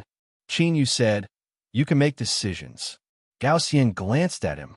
Yes, there seemed to be stars circulating in his eyes, giving off a mysterious feeling, as if he could see through all the secrets of the world. Unfortunately, the Qin Yu in front of him seemed to be wrapped in endless fog. No matter how profound his eyesight was, all he could see was a blur. He subconsciously furrowed his brows. Qin Yu cupped his hands together. "If that's the case, then I ask the Grand Star Observatory to step forward and restore Miss Lei's innocence." He turned and drew back to the side, giving her a reassuring look. Gao Xian retracted his gaze, raised his hand, and pressed forward. Resplendent starlight erupted from his hand, enveloping Lei Xiaoyu within. After a few breaths, he raised his eyebrows and slowly said, "I haven't found a way to cheat." Cui Yongji didn't panic. He bowed respectfully. "There are countless ways to observe the stars in the world. The best way to test it is for Miss Lei to try again. If she can once again form a connection with the assessment stone without revealing any abnormalities, I will willingly accept the punishment." Gao Xian nodded. Of course. Lei Xiaoyu bit her lips. But at this time, Qin Yu's voice sounded out in her ears. "Don't be afraid. Just step forward." Her heart calmed down. Lei Xiaoyu took a deep breath. "I asked the Grand Star Observatory to clear my name." She walked to the side of the assessment stone and pressed her hand down. The moment her palm touched the stone, there was a buzzing sound as 3 lights lit up. Then, after a breath of time, a 4th light appeared. Cui Yongji's eyes widened, disbelief on his face. His first thought was that this was impossible. He had already obtained information about Lei Xiaoyu. She hadn't even opened up a single road to the divine realm. So how could she possibly trigger a reaction? Could it be that she had another token on her body? Gao Xian's eyes blazed like torches as he looked at Lei Xiaoyu. He could faintly feel that something was wrong, but he couldn't sense anything. This was because this was indeed a strength that came from Lei Xiaoyu's body. There was no mistake about it. Lei Xiaoyu drew back. Grand Star Observatory. Gao Xian's eyes drooped. "Cui Yongji, your judgment was wrong. Apologize to Miss Lei." "Hold on." There was a loud shout. A Rock City cultivator ran over, his face full of shame as he bowed. "Miss, I came late and caused you to be alarmed. Once this matter is over, I will ask for punishment from the city lord." He turned, his voice icy cold. "Grand Star Observatory, just how honored is my family's Miss status? Do you think an apology is enough to resolve this humiliation today?" 4 roads to the divine realm. Lei Xiaoyu had quietly opened up 4 roads to the divine realm. And this was under the premise that the Miss had suffered from a serious illness when she was young and had yet to recover. Stationed in the imperial city, Dan Hong, the public face of Rock City, felt that he had finally found the reason why the city lord valued Lei Xiaoyu so highly. His family's Miss was a true cultivation genius. If Lei Xiaoyu could recover from her injuries, her future would be limitless. Quietly, Lei Xiaoyu's importance in Dan Hong's heart increased by 10 times. He certainly wanted to take this opportunity to fiercely express his loyalty in front of the Miss, not even hesitating to offend Tian Shu. Grand Star Observatory did indeed have a high status, but so what? He was a trusted aide of Rock City. In this massive imperial city, he was an anomaly. As long as the city lord was safe and Rock City was as stable as Mount Tai, no one would dare move against him. There was no need for him to feel any scruples. Gao Xian frowned. What do you want? Dan Hong was about to speak when he suddenly paused. After several breaths of time, his complexion became even colder. I suspect that the Miss was plotted against by someone just now, and the one who did it was him. Cui Yongji sneered. What nonsense! In front of everyone, when did I do anything? Grand Star Observatory is here, so even if you are a subordinate of Rock City, you shouldn't be too insolent. Gao Xian remained expressionless. If there is no evidence, then even if Lei Qianjun were to personally appear, he wouldn't be able to save you. Dan Hong sneered. He turned and moved to the side. Mr. Qin, I ask that you step forward. Shua. Many eyes gathered. Cui Yongji's heart shrank. Although he had absolute confidence in his own abilities, he still felt a trace of fear when facing Qin Yu.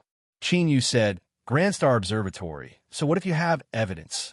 Gao Xian said, you will be severely punished. Good. I ask Grand Star Observatory to verify whether or not my Rock City has falsely accused Mr. Cui. Qin Yu lifted a hand and patted Lei Xiaoyu. Several wisps of black energy instantly shook out from her body. This thing seemed to have a mind of its own as it screamed and fled towards Cui Yongji. At this point, there was no need for further words. Whoosh! In an uproar, countless cultivators widened their eyes, all of them filled with disbelief. If even Dubhe, the one who managed the examination, was so dark, then how could this examination be trusted at all? The entire audience fell deathly silent. Gao Xian's complexion paled. The cold light in his eyes wished he could freeze Cui Yongji. Take him down. Cui Yongji sighed inwardly, deliberately revealing a look of panic. This subordinate pleads guilty and is willing to accept punishment. Qin Yu glanced at him and lifted a hand.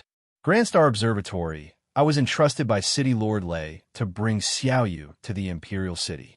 Now that she has been injured, I ask that you give me a chance so that I can personally take revenge. Shua. The atmosphere changed once more. Many people's eyes widened. They thought that these people from Rock City were actually so fierce. Not only did they overturn a Dubhe cultivator, but they also wanted to take revenge themselves. Although this was pleasing, they didn't place Dubhe in their eyes at all. Moreover, Gao Xian's Grand Star Observatory's attitude had always been firm and unyielding. He had even slapped down the face of the 4 great families of the Imperial City. As expected, Gao Xian revealed a displeased expression. He coldly said, I will deal with Dubhe and give Miss Lei an explanation. There is no need to speak of anything else. Qin Yu lightly said, Grand Star Observatory, I believe you are well aware that after today's events, it will inevitably deal a blow to Dubhe's reputation. If my Peng City doesn't let it go and make a big fuss about this matter, this blow will be multiplied. Facing Gao Xian's increasingly cold eyes, Qin Yu's speed didn't change. He continued to say, Today, I do not request that Mr. Cui be taken away. As long as he can withstand a single strike from me, no matter what the result is, I guarantee that Rock City will not pursue this matter any further. I can even cooperate with Dubhe to minimize the impact. I wonder what Grand Star Observatory thinks. Gao Xian stared at Qin Yu, nebulas swirling in the depths of his eyes. He didn't believe that Qin Yu proposed this on his own initiative because of Dubhe. This person must have some other plan. But Qin Yu's cultivation hadn't reached the divine realm. Even if he had some cards in his hand, could he really kill someone with a single strike? Shui Yongji shouted out loud. Grand Star Observatory, because of my personal grudge with Rock City, I attacked Miss Lei in a moment of confusion and ruined the reputation of my Dubhe. I am filled with incomparable regret and fear. I asked Grand Star Observatory to give me a chance to make up for my mistakes as much as possible. In the world of the Blood Moon, he had once fought Qin Yu in close combat. This boy was truly a monster. He hadn't even entered the divine realm, but he was already ridiculously strong. He didn't dare to fight him head-on, but if it was just a single strike, Shui Yongji naturally wouldn't fear it. Gao Xian let out a long breath. All right, I agree. He flicked his sleeves and starlight sprinkled down, freezing the void. Li Hongye was expressionless. She indifferently looked into the distance. What was happening left the two Dubhe cultivators embarrassed. Who is this person? Hearing her question break the silence, the two Dubhe cultivators relaxed. They hurriedly said, Miss Li, please wait a moment. After inquiring, one of them said, This person's name is Qin Yu. He comes from Rock City. Li Hongye's thoughts stirred. She suddenly thought back to several months ago when she was in Rock City. She had felt the residual shock waves of a cultivator shaking the heaven and earth dragon gate. At that time, she had told her teacher that if this person appeared in the imperial city, she would cut him down with her sword. Today, it was a cultivator from Rock City with a cultivation that hadn't reached the divine realm. He actually dared to make such a request. Just how arrogant was he? For some unknown reason, Li Hongye's sword heart began to stir. She was filled with curiosity towards what would happen next. She was a bit surprised by this, but soon composed herself. Since she was curious, she would continue watching. Once she learned the result, she would no longer be curious.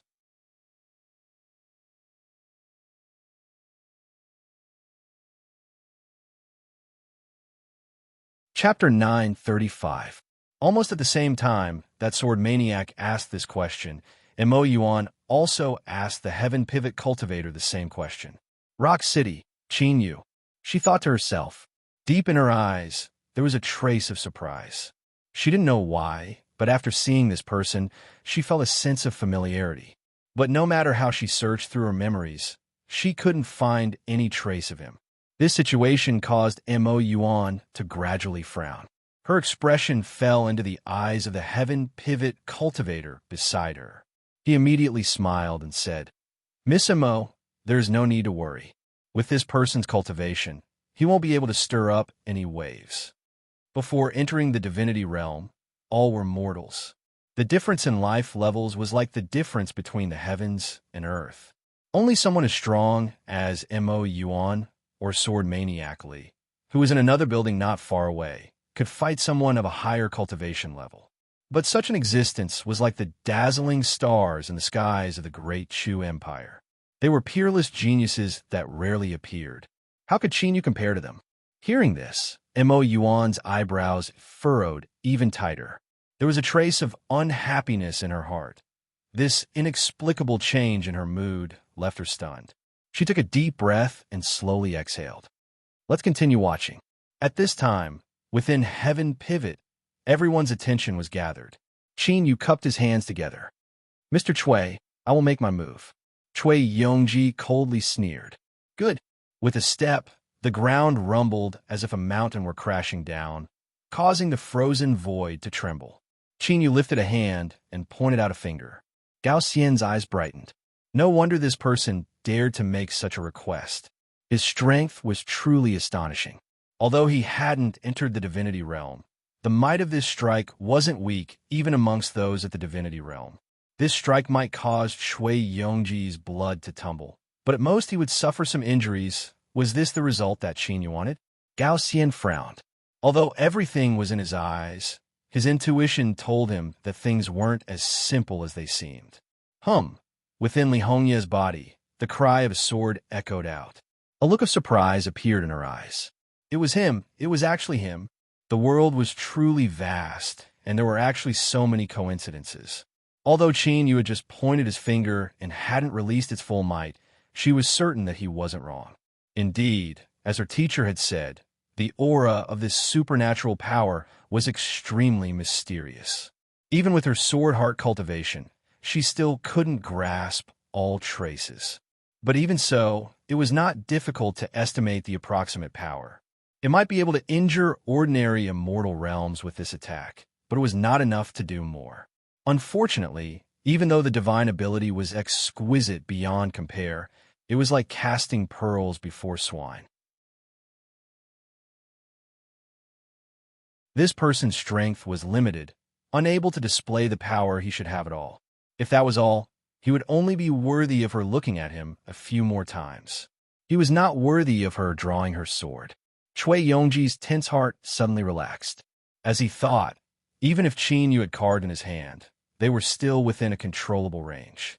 Although his strength had not fully recovered, it was not difficult for him to block this attack. At most, he would spit out 2 mouthfuls of blood. Oof. If so, he had to thank Qin Yu for giving him a chance to salvage the situation. Otherwise, if he wanted to extricate himself from this matter today, he would have had to expend even more energy. Exhaling, Cui Yongji raised his hand and pressed forward. A blazing light erupted. It was actually a kind of blazing starlight, like the light of the sun in the sky. Grand sun raging flame. I didn't expect Deacon Chui's cultivation to have reached this level. My heavenly pivot secret art condenses the light of the sun. My attacks are extremely domineering, and I've never lost to anyone in a head-on clash. With this attack, it is more than enough to protect himself. This Qin Yu will only be a joke. The surrounding heavenly pivot cultivators all let out sighs of relief. Although Cui Yongji was in the wrong, their positions had already been decided. Cut! With a loud shout, Cui Yongji thrust his hands forwards. The blazing light of the sun rumbled through the skies like a rainbow. Dan Hong's complexion was ugly. When he received Qin Yu's sound transmission, he had changed his stance and cooperated with him. Who knew things would turn out like this? If he ended up like this, Rock City would surely suffer a great loss of face. He feared that the city lord would blame him for his incompetence, and his hopes of flattering Lei Xiaoyu would fall through. Thinking of this, Dan Hong couldn't help but curse inwardly. If you don't have a diamond, why are you doing this? You are simply harming others and yourself. But at this time, there was a loud cracking sound in his ears. Although it wasn't loud, it set off great waves in his heart. It was like he had been struck by a bolt of thunder. Dan Hong fiercely looked up. Then he subconsciously opened his mouth and his eyes widened, making one worry that his eyeballs would pop out of their sockets in the next moment. The dazzling light of the sun, which exuded a scorching aura and caused one's heart to palpitate, actually burst like a bubble before everyone's eyes. That's right, with that light sound just now, it had broken into countless pieces. Each piece tumbled in the air before rapidly dissipating. Cui Yongji's heart nearly stopped beating. The cold mockery in his eyes froze and then turned into endless fear. Without any hesitation, he howled out loud. All of his aura crazily erupted and he rapidly drew backwards. But all of this didn't seem to have much meaning. Cui Yongji's retreating body froze, and his chest instantly caved in. Then his crushed flesh, blood, and organs tore through his back, forming a hole that pierced through his chest. If this was it, then to a divine realm cultivator, this would only be considered a relatively serious mortal wound that could be healed after some time of rest. But the most terrifying aspect of this hole wasn't that it killed or injured Cui Yongji, but that it pierced through some sort of perfectly sealed force field around him, exposing his true aura that he had been trying his best to hide. The moment this aura appeared, it was like ink being poured into clear water. It spread outwards, forming a tumbling black fog around his body. At the same time, it released a chill that all cultivators could clearly feel. This scene caused everyone that had been shocked by Qin Yu's attack to instantly regain their composure. Their eyes widened and shock filled their faces. Great Tao Plunderer! He is a great Tao plunderer. This was the first time Qin Yu had heard of this title. Although he didn't understand the meaning behind it, he could tell from everyone's reactions that his goal had been achieved. From the start, he knew that unless he used the formidable sword intent he comprehended in the world of the Blood Moon, it would be impossible for him to kill Cui Yongji in a single strike. But when it came to killing someone, there were always many ways to accomplish it. If he didn't have a chance to face it head-on, then he would just have to change his way of thinking. Cui Yongji did his best to hide his aura, and this aura caused Qin Yu to feel incomparably disgusted and ominous. If so, then there must be a problem, and now it seemed that his guess was correct. Qin Yu stepped forwards and drew back. He had done what he needed to do, so there was no need to do anything else. For things like enemies, it was fine as long as they smoothly died. Whether or not he killed them with his own hands, in his opinion, he could accept it. Gao Xian attacked. Without hesitation, he lifted a hand and grasped forwards. The frozen space instantly contracted, imprisoning Cui Yongji within. His expression was dignified and his eyes were filled with shock. He clearly didn't expect that there would be a great Tao plunderer hidden within Heaven's Pivot. He absolutely could not allow Cui Yongji to live. Otherwise, there was a high chance that he would be used by others to attack Heaven's Pivot, causing the situation to expand without limit. Killing intent surged in Gao Xian's heart. He shouted out loud, "In my great Chu territory, all great Tao plunderers are to be executed on the spot upon discovery die." Bang! The distorted space violently collapsed. Cui Yongji's shrill screams echoed out from within. He glared at Qin Yu, the hatred in his eyes nearly tangible. Even at this moment, he still couldn't believe that things had developed to this point. But it was clear that after his true identity was exposed, today was the day he would die.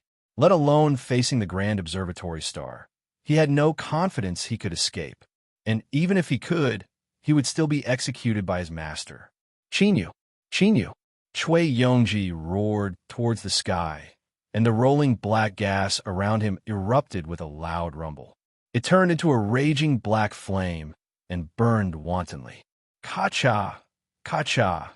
The spatial shackles that were strangling him shattered inch by inch, turning into countless specks of starlight that dissipated. Since this was a hopeless situation, he didn't hesitate to pay any price to drag Qin Yu down with him. Otherwise, he wouldn't be willing. Even if he died, he wouldn't be willing. Gao Xian's face was gloomy. He lifted his hand where Dubhe was, and the skies darkened. The images of the sun, moon, and stars appeared, sprinkling down millions upon millions of rays of light. The Grand Star Observatory was the highest title of Heaven's Pivot. In the entire Great Chu Empire, there were only 3 of them, and each one had a peak divine realm cultivation. By borrowing the power of the stars in the heavens, they could even erupt with strength that surpassed their own limits. At this moment, when Gao Xian made his move, it was clear that he was truly angered. The entire imperial city could clearly sense the rage of a great observatory. They all turned to look. With Cui Yongji's cultivation base, even if he risked his life, he would still stand a chance against an enraged Grand Star Observatory. But what was surprising was that he was a Heaven's Pivot cultivator to begin with. What he cultivated was the starlight wondrous art, and his attainments in it weren't low. Within the pitch-black flames, golden motes of light suddenly appeared. They were like burning stars in the dark skies. The endless images of the sun, moon, and stars in the skies locked onto Cui Yongji. For a moment, there was a hesitation and fluctuations. For the Grand Stargazer, it only needed a single thought to lock onto the target once more. But this required time. Even if it was only a brief moment, it was more than enough for a divine realm cultivator who was burning himself to the limit. All the black flames were instantly drawn back into his body. Cui Yongji's body suddenly grew in size. Blue veins bulged out from his exposed flesh and blood. They wriggled and shivered as if they would break apart at any moment. Qin Yu, with a loud roar, like the howl of a demon from the 9 nether hells, the space around Cui Yongji instantly collapsed. In the next moment, he appeared in front of Qin Yu, and pointed a finger without hesitation. This finger fell towards the point between Qin Yu's eyebrows. It contained all of his strength and the hatred in his heart. He wanted to destroy Qin Yu and himself. Together, the so-called great plunderers were those who had sealed off their own path of cultivation. Because of this, they cruelly killed others and extracted their great Daos to fuse into themselves to forcefully increase their cultivation. However, this method was evil and sinister, not tolerated by the heavens and earth's great Daos. Once a cultivator stepped onto this path, they would suffer the wrath of the heavens and earth after they died. Their soul would disintegrate, unable to exist in the world, and their flesh and blood wouldn't be able to return to the earth. From the moment he took this step, Cui Yongji knew that this day would eventually come. But now, he still had unfulfilled wishes.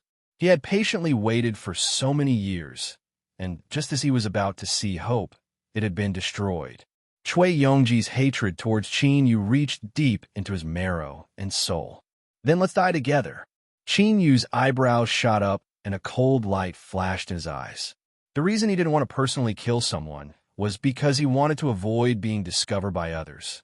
He was the one who broke open the world of the Blood Moon, and although he had already left for some unknown reason, there was always a gloomy feeling in his heart. It was like when he cut apart the Blood Moon, he had already been marked, becoming the prey of some unknown existence in the dark. So, after Qin Yu's sword cut apart the Blood Moon, he tightly wrapped up that sword intent with the sun and moon force field, not letting it leak out into the world. He glanced at Gao Xian from the corner of his eyes. He was sure that this grand observatory definitely had a way to stop Cui Yongji from attacking. But it was clear that he didn't want to do so. That was right. Whether Cui Yongji lived or died today, because of Qin Yu's existence, Dubby's reputation had been thoroughly destroyed. As the Grand Observatory, one of the symbols of Dubby's authority, how could he not hate Qin Yu? Perhaps this was how fate played tricks on people. In the world, there were always 80 to 90% things that didn't go according to one's wishes, and most of them went against the Tao. Qin Yu closed his eyes. He lifted a hand, and 2 fingers formed a sword edge. Then he cut down. You're tuning in to the Warrior Lore YouTube channel. Don't forget to subscribe and join us on this journey to catch the most captivating stories.